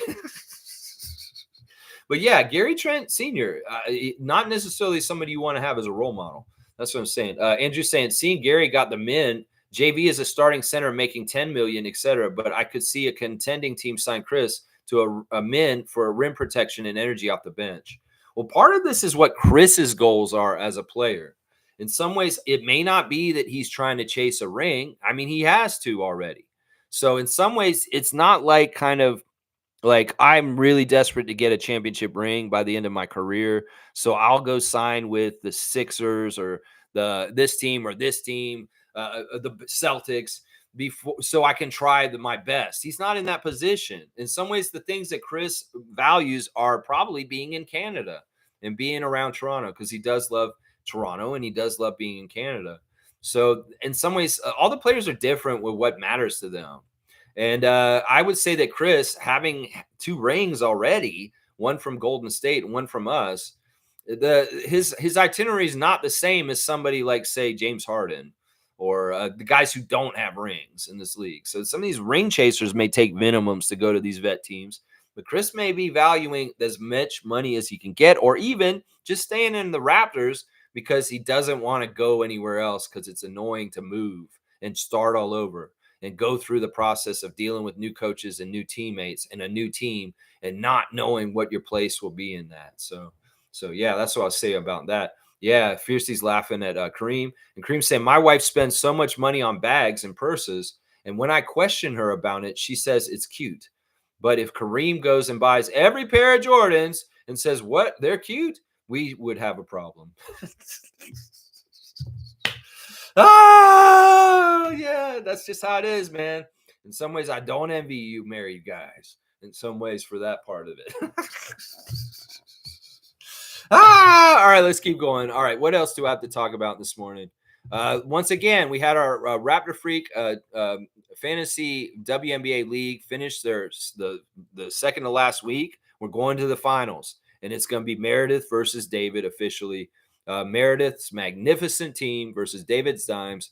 That will be our final matchup for the season, with Kareem and I getting eliminated this week. We will play in the bronze game, and there will be a bronze championship. So, Kareem, don't half-ass this week. One of us will get a trophy, and it could be you, it could be me. We'll have to see how it goes. So, yeah, be ready for that this week. Last week, and the WNBA season will be over on Sunday, guys. Absolutely, completely over. So, am I thinking about things? If the WNBA season is going to be over next week, there's going to be playoffs, though. I wonder how much it gets close to the NBA preseason, because I have to gauge this for the years to come when the WNBA starts, what my work schedule is going to be like, and if I'm going to get any offseason between WNBA playoffs and NBA preseason.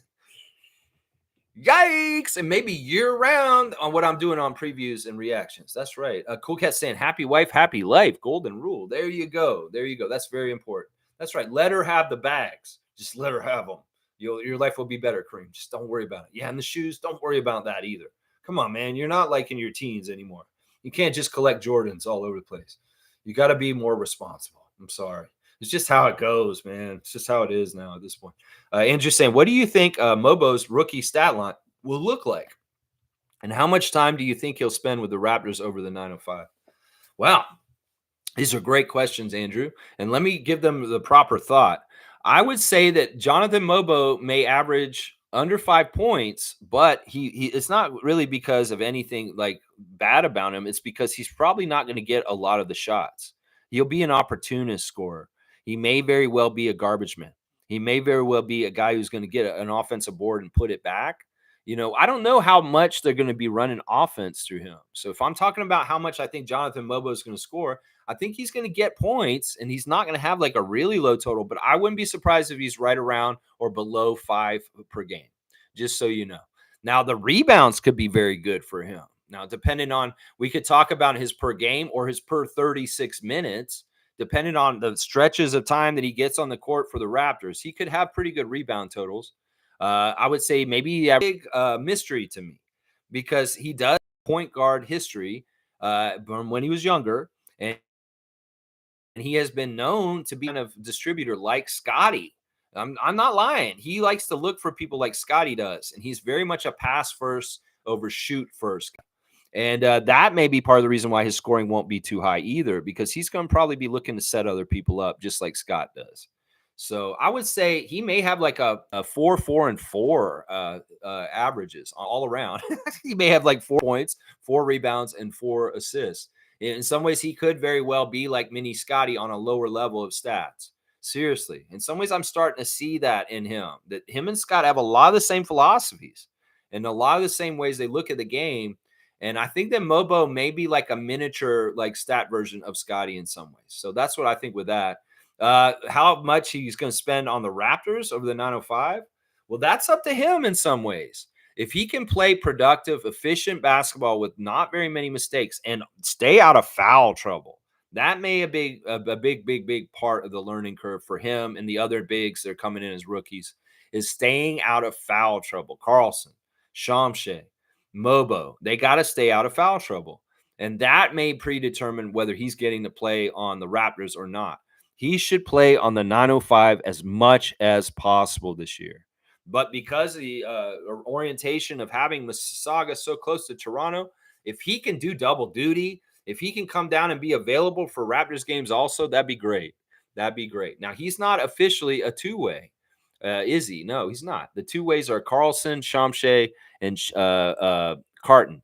And those guys, like we know from Jeffrey Doughton, have a limited amount of games that they're allowed to play on the Raptors. So that's the thing. Shamshay can only play 50 games for the Raptors this year. Carlson can only play 50 games. That doesn't mean play. That means being available for the games. Like, there were games that Jeffrey Doughton Jr. was on a two-way on our team, and Nick Nurse did not play him. And he could have, but he used up the games with him on the bench in a DMP.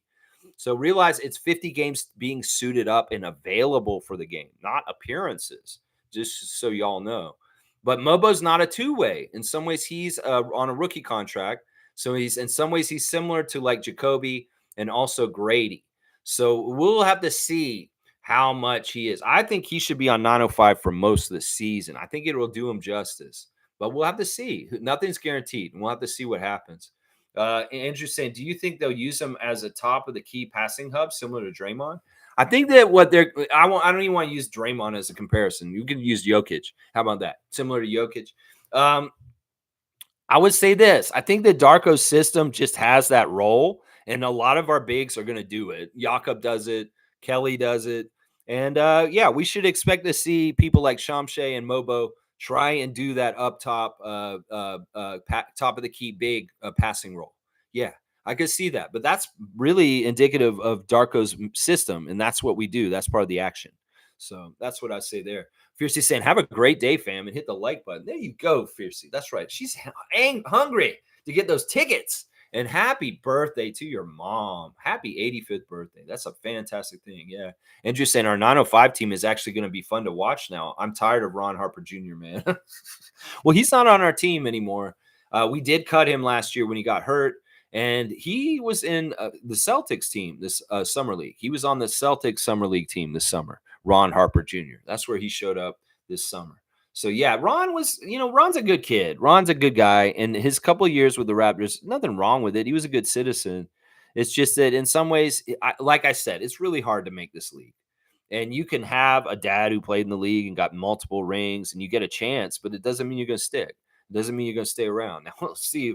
In some ways, I would say Ron Harper Jr. may be better than Bronny James, but we'll see how that treatment goes. We'll have to see how that treatment goes. Yeah. Neighbors saying, screw King Charles. Billions of people all over the world with Stockholm syndrome. I'm with you on this. In some ways, I'm talking about Jamal McGlure getting an accolade and an award more than in some ways, I get it, what you're saying. It's like, in some ways, colonialism and what the British Empire did to this world is awful. The fact that we have so many Independence Days around this world from the British Empire speaks a lot to it. And there's a lot of grossness about it. Trust me. There's a lot of grossness about the royal family and the whole thing and the history of England around the world is really, really gross, disgusting, really, really, really gross. In some ways, I'm totally with you on this, Nameless. I'm totally with you on this. My paisano, the world with Stockholm syndrome. Yeah, that's a great way of saying it right there. You know what? I'm going to give you a dumb. Because in some ways, all right, sure. I brought up an award today that's called the King Charles III Coronation Medal. And in some ways, we got to have all sides here. Seriously. And I appreciate Nameless for coming in with this angle. Because honestly, I agree with you, man. I really, really do. You got the Siakam 43 now, Nameless. You got that Pascal Spicy P 43. That's right. Nameless saying all over the world, people celebrate our captors. Yeah, that's why we like to celebrate Canada Day, Independence Day. Those kind of days. Yeah, getting the independence from that. Yeah, that little country, that island country that stole riches from the continent of Africa, stole riches from Asia, stole riches from this continent, and brought it back there. It's like some of the stuff that's in British museums needs to be returned. I'm sorry. There's a lot of stuff in Britain that should never have been there. There's really, really is. And that's the stuff I'm just talking about. They're philanderers. They are pirates, basically. They were pirates.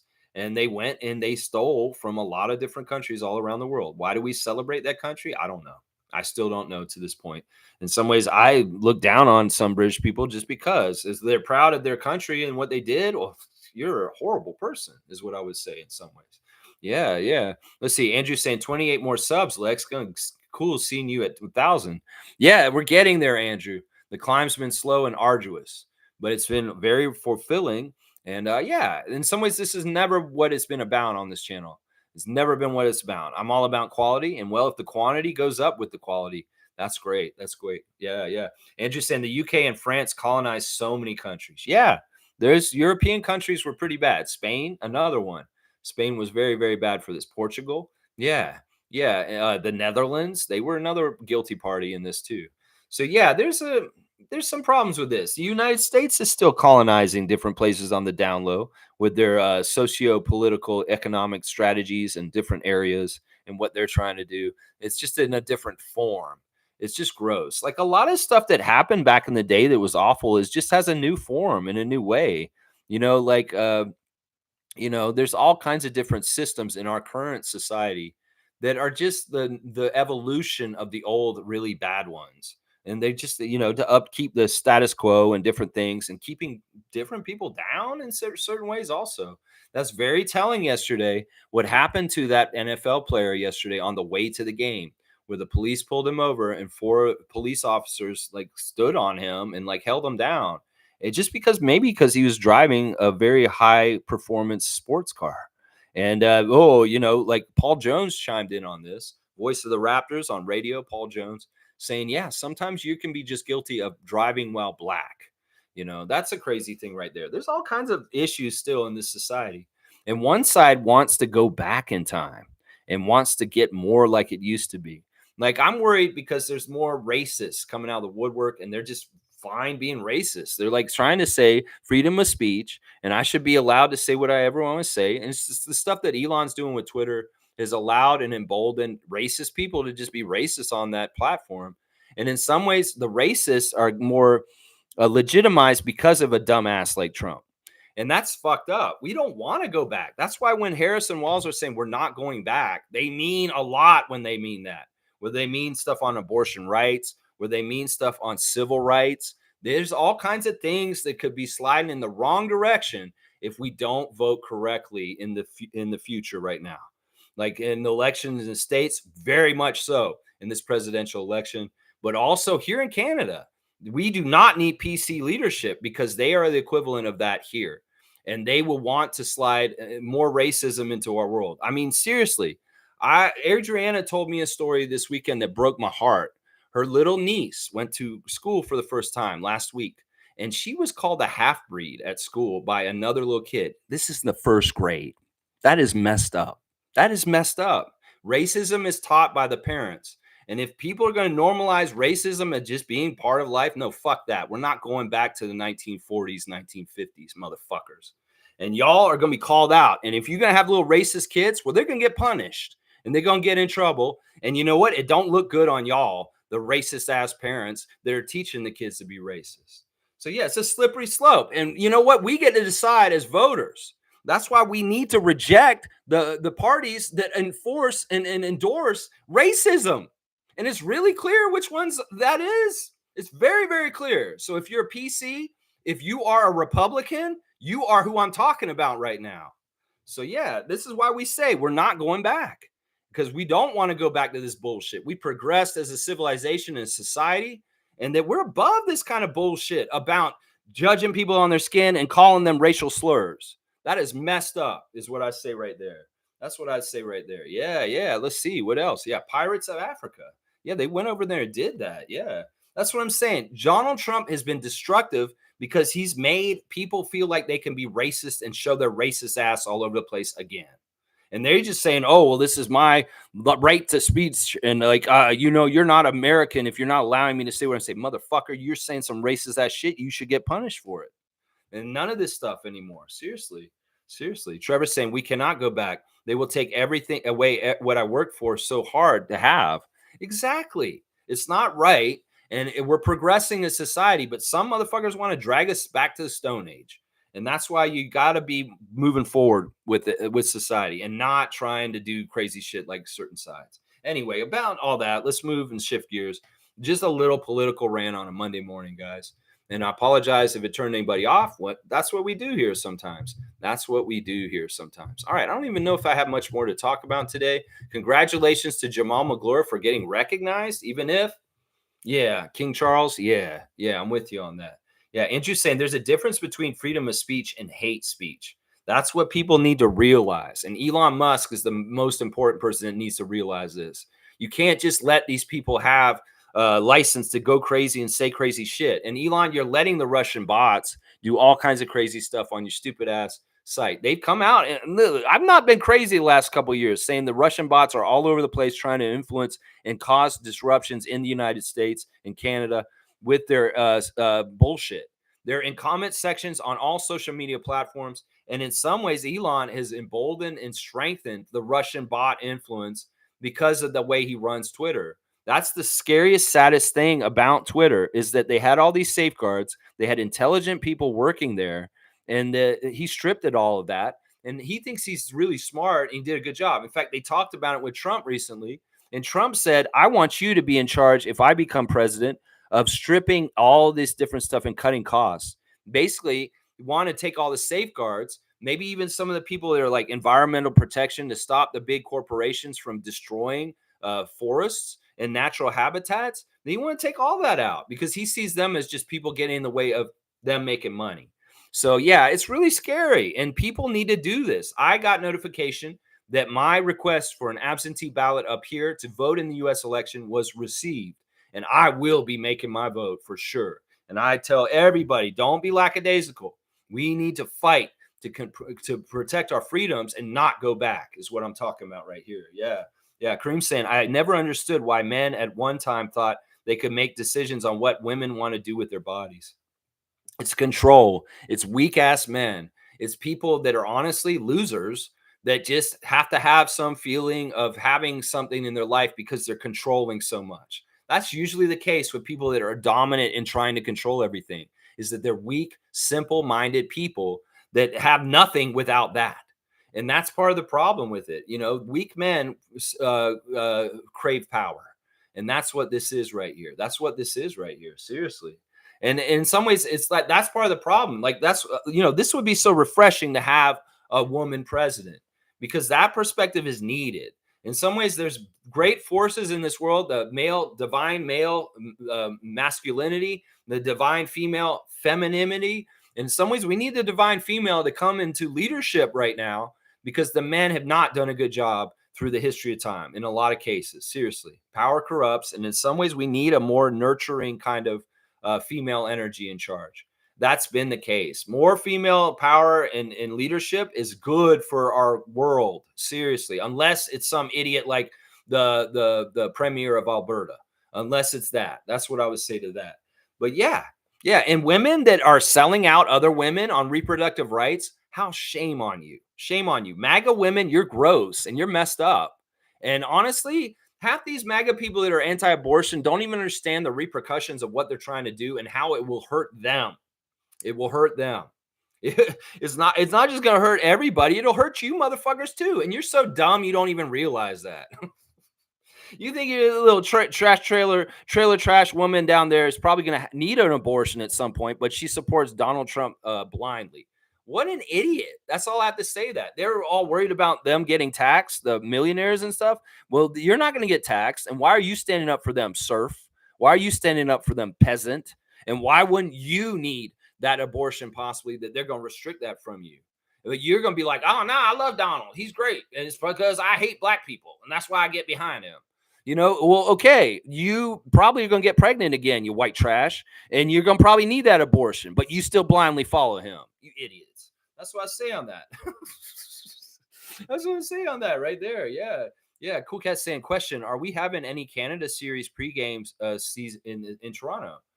There is a preseason game in Toronto, but it's not Canada Series. It's just a regular preseason game. I believe we're playing the Wizards. No, we're not playing the Wizards.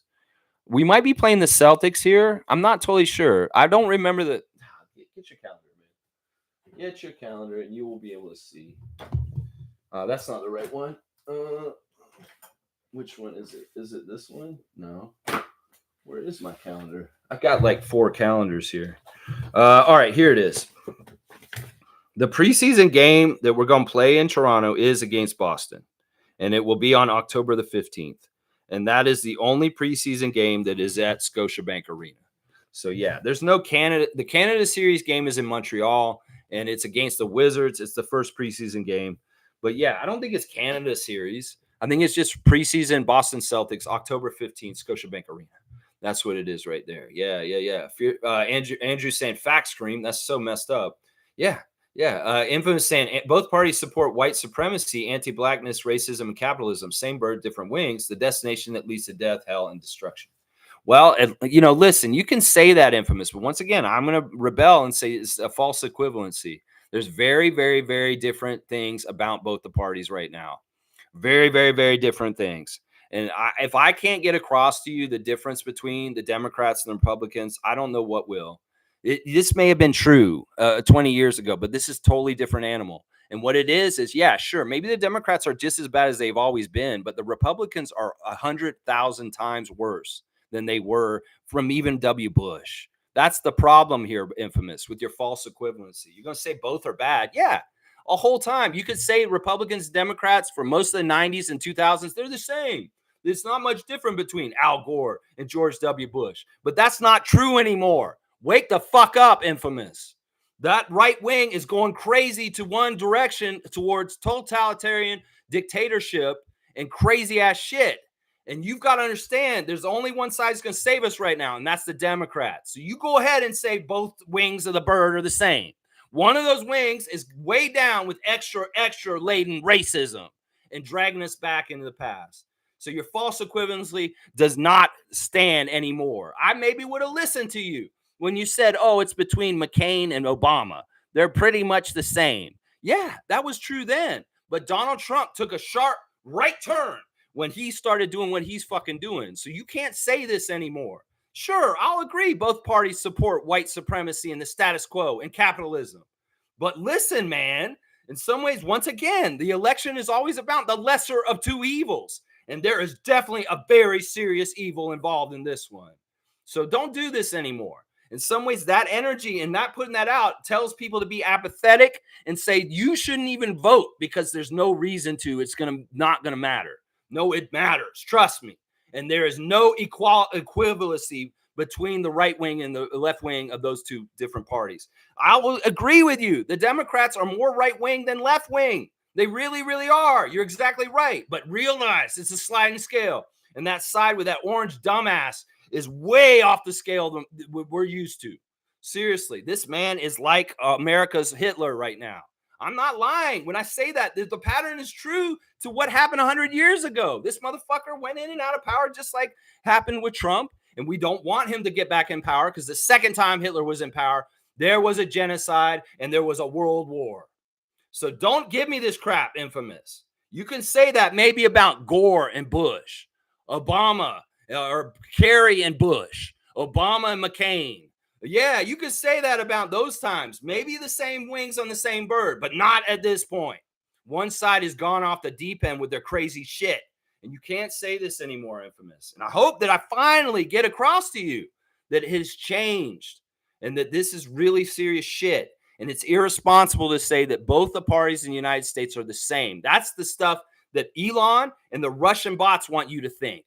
That's the stuff that they want you to think. Seriously. Trevor's saying Russian president. He wants Harris for president. That's interesting. I heard that today, like earlier. I saw that in my news looking at it, that actually endorsing Kamala. Now, this is the thing. Putin is an agent of chaos. He doesn't want anything good for the United States. The thing he loves is how divided we are. That's why he's doing all the bots crazy shit. That's why he's stoking division and racism in our country, because he's sitting back and saying, ha, ha, ha, ha, the United States is crumbling from the inside because it's tearing itself apart with its own citizens. So everybody who's engaging in such is actually falling into the plans of Putin. And well, just throw a curveball. I'm going to endorse Kamala Harris, and it'll piss off my little boot-licking toady that kisses my ass, literally licks my asshole, Donald Trump. You don't think that hurt his ego? In some ways, Putin is showing Trump, you're my bitch. And you know what? I don't have to support you. I could say this and it'll hurt your feelings. Oh, and that's exactly what he did right there with that. So you guys got to understand, so much of the confusion and misinformation is very much Russian espionage. And it's been proven. They did a DOJ investigation in this. The Department of Justice knows exactly what the fuck's going on right now. Now, why did the press go crazy about Biden's mental capacities for a good part of the summer? And then he stepped out, and nobody's talking about the mental capacities of Trump, because the mainstream media is bought and paid for in the United States by right-wing people that have a lot of money And the New York Times and all these other avenues are not telling the truth. They're not covering things in the right way. They're not doing it fairly. They're slanting shit. You can see it in an interview on CNN. When they talk to Trump, they lob softballs at him. They don't even ask him or challenge him on his lies. They just say, oh, let's talk. And when they talk to Kamala, they're a lot more interrogative. They're a lot more direct and attacking her while she's talking to them. They don't attack Trump. So this is what I'm telling you. These are the signs that this shit is bought and paid for in certain ways by things. That's why we need to vote. We have the power. We can deny the big money, dark money that's going out there outspending the Democrats right now because these billionaires are scared. That's the action right there. They're so fucking scared that all the women, all the people of color, all the people that have a right mind are actually going to get off of their ass and go down to that voting booth and fucking defeat Trump. And what happens then? Kamala goes in there and starts signing antitrust laws and breaking up monopolies, breaking up their sweet rackets and their games where they're fucking shoving up the ass of the common person in the grocery store and the gas companies and this fucking consolidation of companies like Albertsons and Kroger's. They're going to come after that shit. They're going to figure out how to stop them. And that's why they're paying so much money to endorse Donald Trump and try and get him in office because they have a sweet deal going and they don't want to fuck that up. And they know Kamala and Walz will continue the work that Biden has been doing right now to make sure that people get lower costs in the middle class. So, yeah, you don't tell me that there's two sides to this. There's one side that has a billionaire class, 1%, that is funneling tons of money to a fucking racist piece of shit. And then we got another side that actually has a track record of helping common people in regular ways. In the state of California, they got insulin prices down. Kamala Harris did that. Yeah, when she was a prosecutor that put people in jail, you know what? She was a humanitarian. Instead of just putting people in jail willy-nilly, you know what she did? She tried to figure out how to stop them from going to jail. She tried to figure out how to fix the system from the inside as a prosecutor to help people that may be going to jail. So I'm going to tell you, there are not the same two sides. No, they are not. And if you can understand what I'm saying at a high volume right now, you understand is what I'm saying right now. Yeah. That's what I'm saying, man. That's what I'm saying. Kareem's saying, my wife makes all the smart decisions. To be honest, she's always correcting my mistakes. It's time for a female leader. There you go. Kareem understands this. He's made a knuckleheaded decision here. Well, she's like, I wouldn't have done that, honey. And why don't you talk to me next time? If it's saying I have dual citizenship and will not be voting for either party, that's fine. You go ahead. And I'm going to say, fuck you, Jill Stein, also right now. Jill Stein, you can go off and suck eggs. Seriously. Yeah, that's fine, Infamous. That's your right. But I'm disappointed in you is what I'll say. I'm disappointed in you because honestly, you know what? I'm going to say this right now, Infamous. You may regret not voting. I regretted doing the same thing, having the same mentality as you in 2016. I regretted that shit. We didn't need 4 years of Trump, and maybe my vote for Hillary would have mattered. But I was the same person as you then. I was like, I fucking hate Hillary. I fucking hate Donald. I don't want to fucking vote for either one of them. What did that get us? Apathy. Not exercising your right to vote is not smart. Let's just put it that way. You go ahead and do it. But I hope you don't have a regret in 4 years from now or in the next year or in the next 2 years. So you go ahead and make your decision. But I hope you don't have a regret. That's what I'm going to tell you right now. Yeah. Andrew's saying, don't we have one of the hardest schedules to start the season? Yes, we do. We had the absolute hardest schedule in the NBA up until the end of the NBA Cup. We have all playoff teams pretty much that we're going to play in the first 2-3 months of the season. And then the last part of the season, when it's the coasting to the towards the playoffs, are a lot of easy games, to be honest. So, yeah, we're getting thrown in the fire right away, Andrew. That's right. Cool Cat saying, Infamous, I beg you to vote for those vulnerable amongst us that can't vote for themselves. Choose the one with less harm. Exactly. Cool Cat is a voice of reason. If you're not going to do it because of your own principles, do it for somebody in your life that may be trans, maybe they're a woman, maybe they're a person of color. Do it for somebody who may get subjugated because you just stood by and didn't do nothing. Seriously, that's the problem. Some of the things is it's not even the people that are bad, they're doing something. It's the people that stood by and let them. And I'm not going to be one of them. I'm going to vote. I'm damn sure going to vote and make sure my vote goes into that. big blue sea of votes that's going to fucking trounce that orange man out of being important in any kind of way. Seriously. Yeah, yeah. Let's see. Kareem saying, Lex, when did those parties switch sides? Republicans didn't want slavery and Democrats did. Like, when did this shift change? I'm asking because you know more about American politics than I do. You know what? Listen, I did go to school in the States and I did learn about this stuff, but they don't talk a whole lot about this. The whole reason why you bring this up is because Republicans like to say that they were the side that ended slavery. Well, that's not really kind of true in some ways. Yeah, Abraham Lincoln was technically a Republican, but they have a thing called a log cabin Republican. And in some ways, the ideals of Abraham Lincoln have nothing to do with Republican ideals. He had a very progressive mindset at that time. At some point, yeah, sure, maybe they switched a little bit and they went different ways. I don't know exactly when, but the fact that Republican Party likes to champion Abraham Lincoln is ridiculous because honestly, he is nothing like them now. And if the people would talk about who Abraham Lincoln was and what he stood for, well, that's what we talk about, his principles. It's not necessarily the party label, it's the principles. The first party that was winning presidencies was the Whigs, and whatever. The party name doesn't matter. In some ways, Infamous is right on that. But in some ways, it is about the platform and what the person stands for. And at that time, Lincoln was anti-slavery, and he did do a lot to help that. And he technically was a Republican. But he's not a Republican like any fucking Republican now. Damn sure. That's what I say right there. Name was saying, I wonder if democracy is a total facade. A lot of people would say that we don't live in a democracy. That's part of what the right wing speak is right now. It's like, we didn't ever live in a democracy. We're in a republic. And that's a totally different thing. A lot of people are confused about this shit. Once again, I would say go watch Bo of the Fifth Column. He can explain all this. He's an expert on this. I'm the Raptors freak. I know about Raptor stuff. Well, he knows about all this very, very well. He knows about the law. He knows about government. He knows about a lot of things. And he's talked about this on his channel in many, many ways. Yeah, listen, democracy is a theory, and hopefully it is still good. In some ways, we don't know if it still works unless we vote. How about that, Infamous? How about that? Listen, Joe Biden won that election in 2020 because I helped vote for him.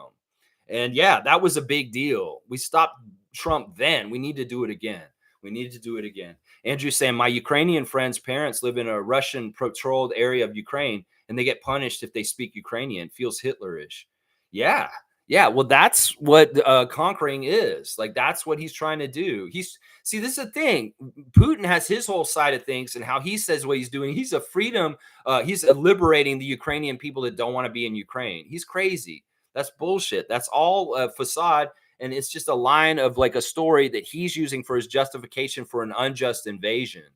And a lot of people are buying it hook, line, and sinker, but they're wrong. They are absolutely wrong. And that's exactly what you're talking about right there. Yeah, there's a lot of places around the world that have different kind of things going on. We can talk about the region where Amit Gaming lives. We can talk about Ukraine and Russia and stuff like that. We can talk about a lot of countries that don't get any publicity because there's no money invested in those areas.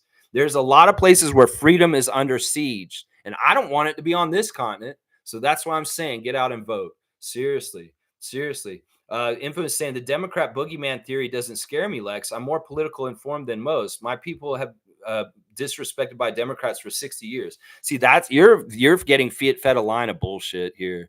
Look, listen. There's a problem with white supremacy. Yes, it's interlaid into our society, but we cannot break the system and change it and do stuff in the right way without having some people working with us. Who's going to help us and work with us? We've got a woman of Indian and Black background that's poised to become the president of the United States. I don't understand how you can't fucking understand this. It sounds like, Infamous, you're saying that you're more politically informed than most. Who the fuck are you listening to? Because seriously, you can buy hook, line, and sinker MAGA shit that's saying, oh, the Democrats have already disrespected you. There's some people that say, oh, the Democrats have always used the black vote and they've never actually helped them out. That's bullshit. That is bullshit. And those are right-wing talking points. So, yeah, you go ahead and keep thinking, yeah, you're more informed, but it sounds like you're a big fish that's got a hook in your mouth is what it sounds like to me, Infamous. That's what I'm saying right here. The Democratic Party has done more for the average person, people of color, women, than the other party for the whole fucking 60 years you're talking about. Which party was there for the civil rights movement? Which party was there for trying to keep the middle class healthy and make sure people make a good wage? Which party was out there doing what they're fucking trying to do to help the common person? That's what I'm saying right there. There's one side that's very much for the corporate 1%, very, very wealthy, and there's one side that's for everybody else.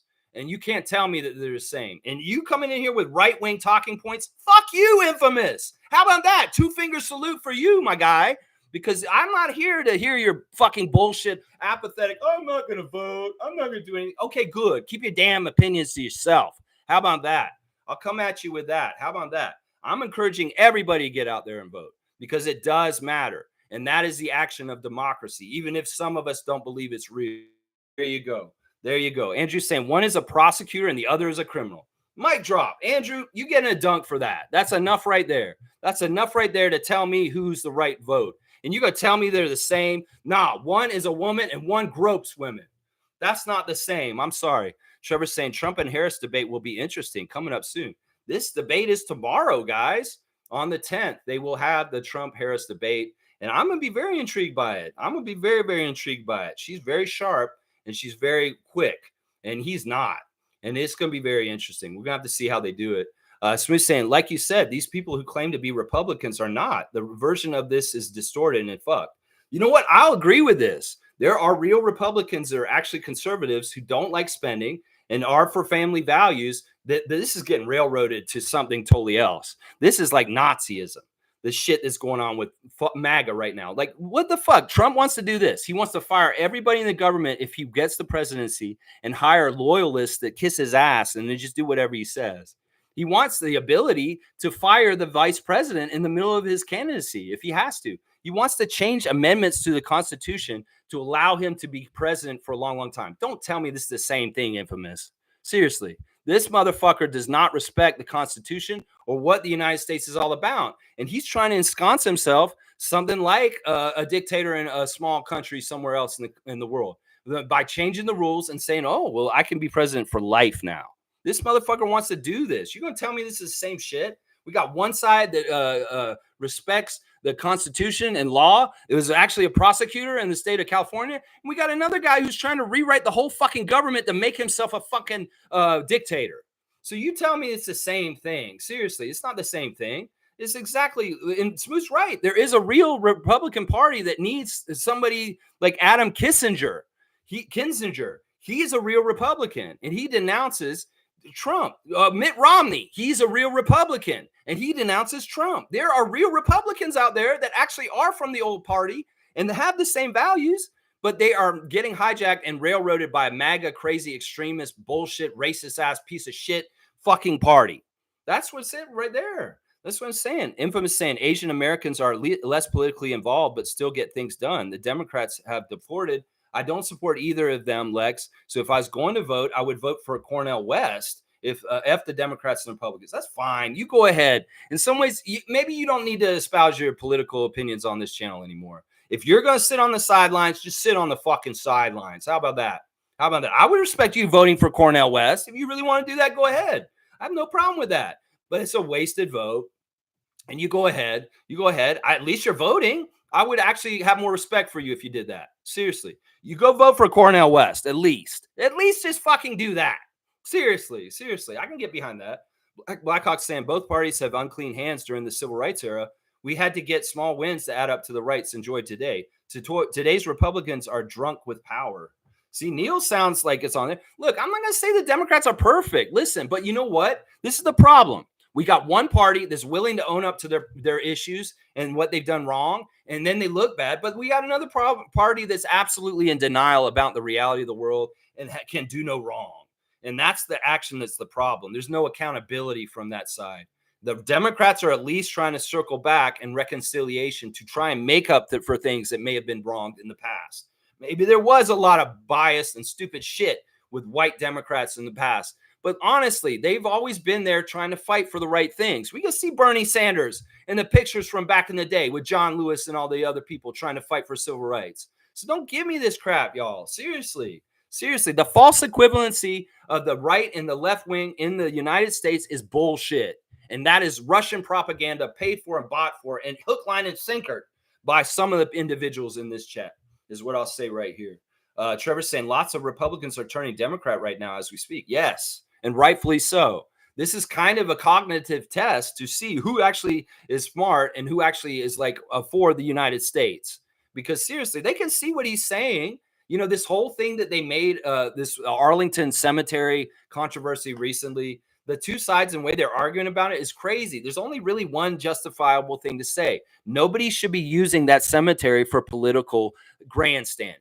And Trump did that. He blatantly did that. And it's a disrespect. All the people in the service know that is. That's such a disrespect. You're basically using their dead loved ones that sacrificed their lives for the freedom of this country to help your campaign. That's disgusting. And everybody who's trying to justify what Trump did at Arlington, you're fucked. You're fucked. You're so fucked. Seriously. Oh my gosh. Wow. We really went on a route today in some ways. I mean, I guess it is political season, and this shit is coming to a head very soon where we're going to have that election. And hopefully it'll be the President Harris and Vice President Walz, and we can sleep soundly at night and not have to worry about all kinds of extra crazy ass shit coming up right now. Look, there's an ugly history in the United States. There's an ugly history in Canada. But we can't get better if y'all are going to put down the one side that's actually trying to help everybody. And you're going to go ahead and say, oh, and you're confusing and muddling things. And it's just not worth it. Seriously. Once again, I'll say the political parties were real close for a long, long time. But there's been a turn off to one crazy ass tangent by this fucking piece of shit, slum landlord, piece of shit, racist woman groper named Donald Trump. And y'all, if you can't see how wide this has come, and even the Democrats, I hate that the Democrats have come more right into the middle and they're more centrist right, center right than left. For sure. I agree with that. But once again, there is different levels and grades of this. And then one side's so dangerous for the whole entire world, not just for the United States, for our country here, and for the rest of the world. One side is very, very fucking dangerous. And in some ways, y'all need to be smart about what happens in the States because Canada has a dumb way of mimicking the United States. And we don't need somebody like Doug Ford being the fucking premier or the prime minister of Canada at any point. No, we don't need no Pierre Poilievre up here. Seriously. Racists get more emboldened. There's more racism around Canada out in front of people's faces. We don't need that shit. We really don't. We really, really don't. We want to make gains on fighting institutionalized racism and white supremacy on the down low under the currents. We need to fucking do the right things and get the right people in charge. Seriously. Yeah, Germany is far right again. Exactly. There's countries in Europe that are going in the wrong direction. Hungary is a huge example of this. And you guys don't even understand how living over there is different in certain ways. Some people are like, oh, it's great. White people think it's great in Hungary, but there's nobody allowed to come there. And they have all kinds of restrictive laws. And it's becoming more and more like a fascist dictatorship.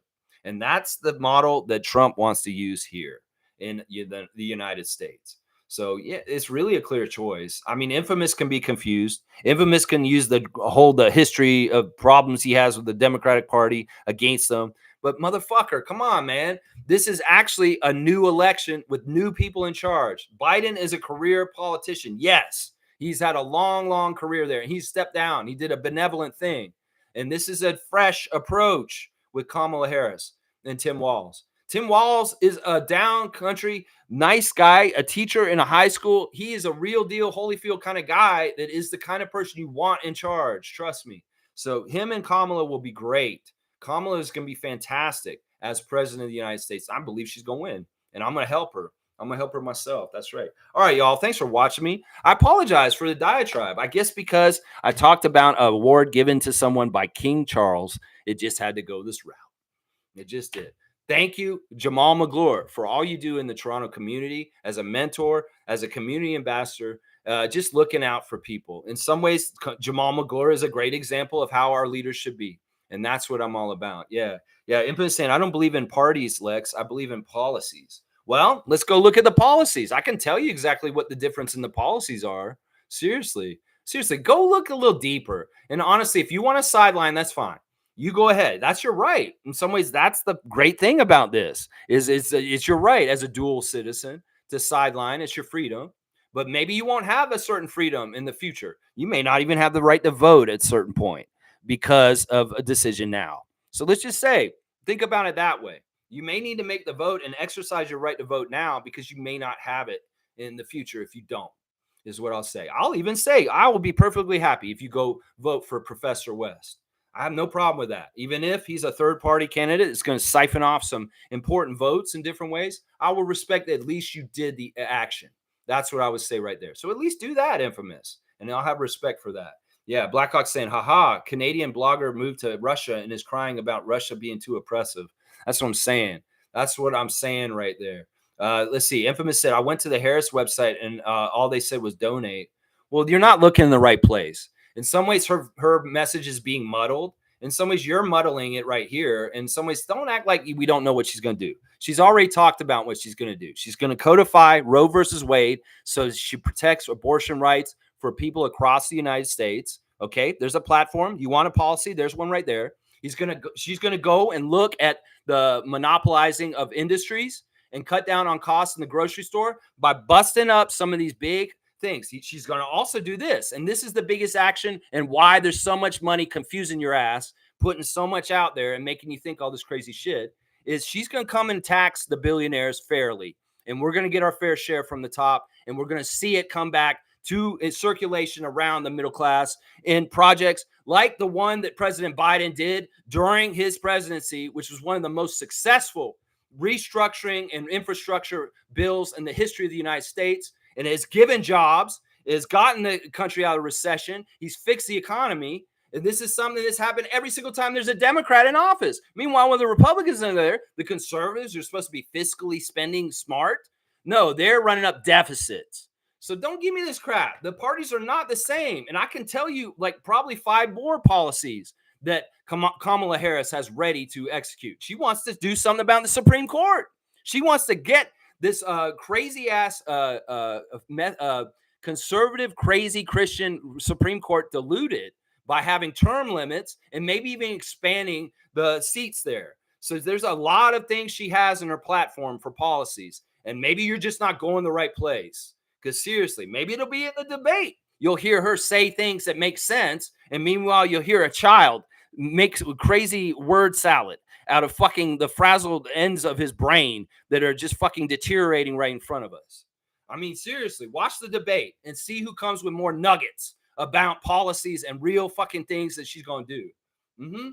Yeah, you'll see it there. You'll see it there. Trevor's saying lots of my family history in Tulsa of what happened to them. That's what I'm saying. Trevor just went to Tulsa, and we know about the massacre there that happened.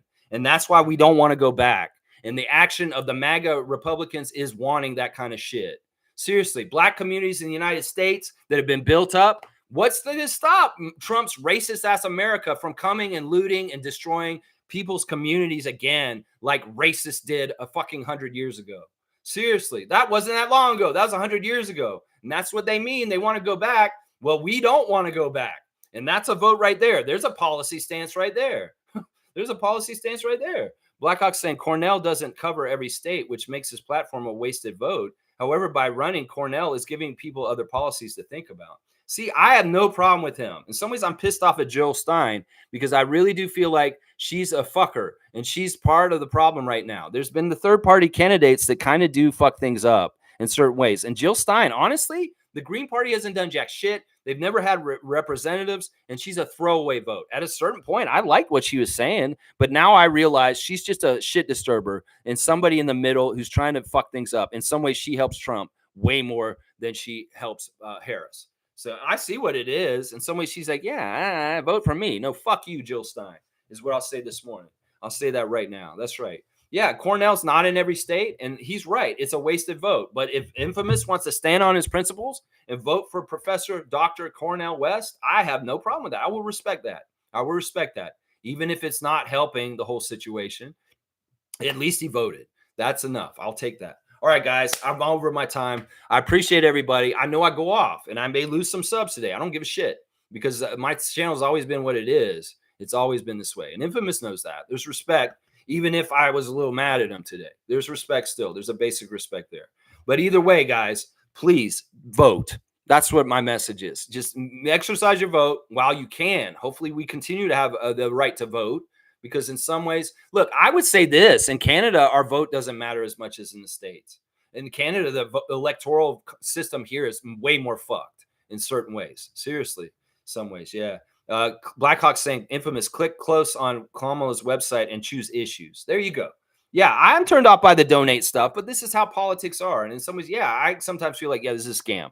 I don't need to be sending money to her. I'm just going to go ahead and vote for her and promote that people should vote for her. And that's me doing my job. I don't need to send her like $5 or anything like that. No, in some ways, it starts getting like that televangelist seed money action. It's like, oh, you need to plant your seed. And we really went somewhere today on Monday. I'm fired up. All right, y'all. Tomorrow, Tuesday trivia. Be ready to answer the questions. Yeah, tomorrow's going to be a very different Tuesday trivia. I'm going to tell you that right now. It's not going to be like any other Tuesday trivia we've ever done. So be here 9:30 a.m. if you want to play some Rapid Freak Tuesday trivia tomorrow morning. All right, y'all. Please like, comment, share, and subscribe. And also join if you feel like it. Let's get out there and touch grass. And y'all have a great day. Let's go, Raptors. And please, please, please, please vote. Just please vote. Just vote. I don't care. Just vote.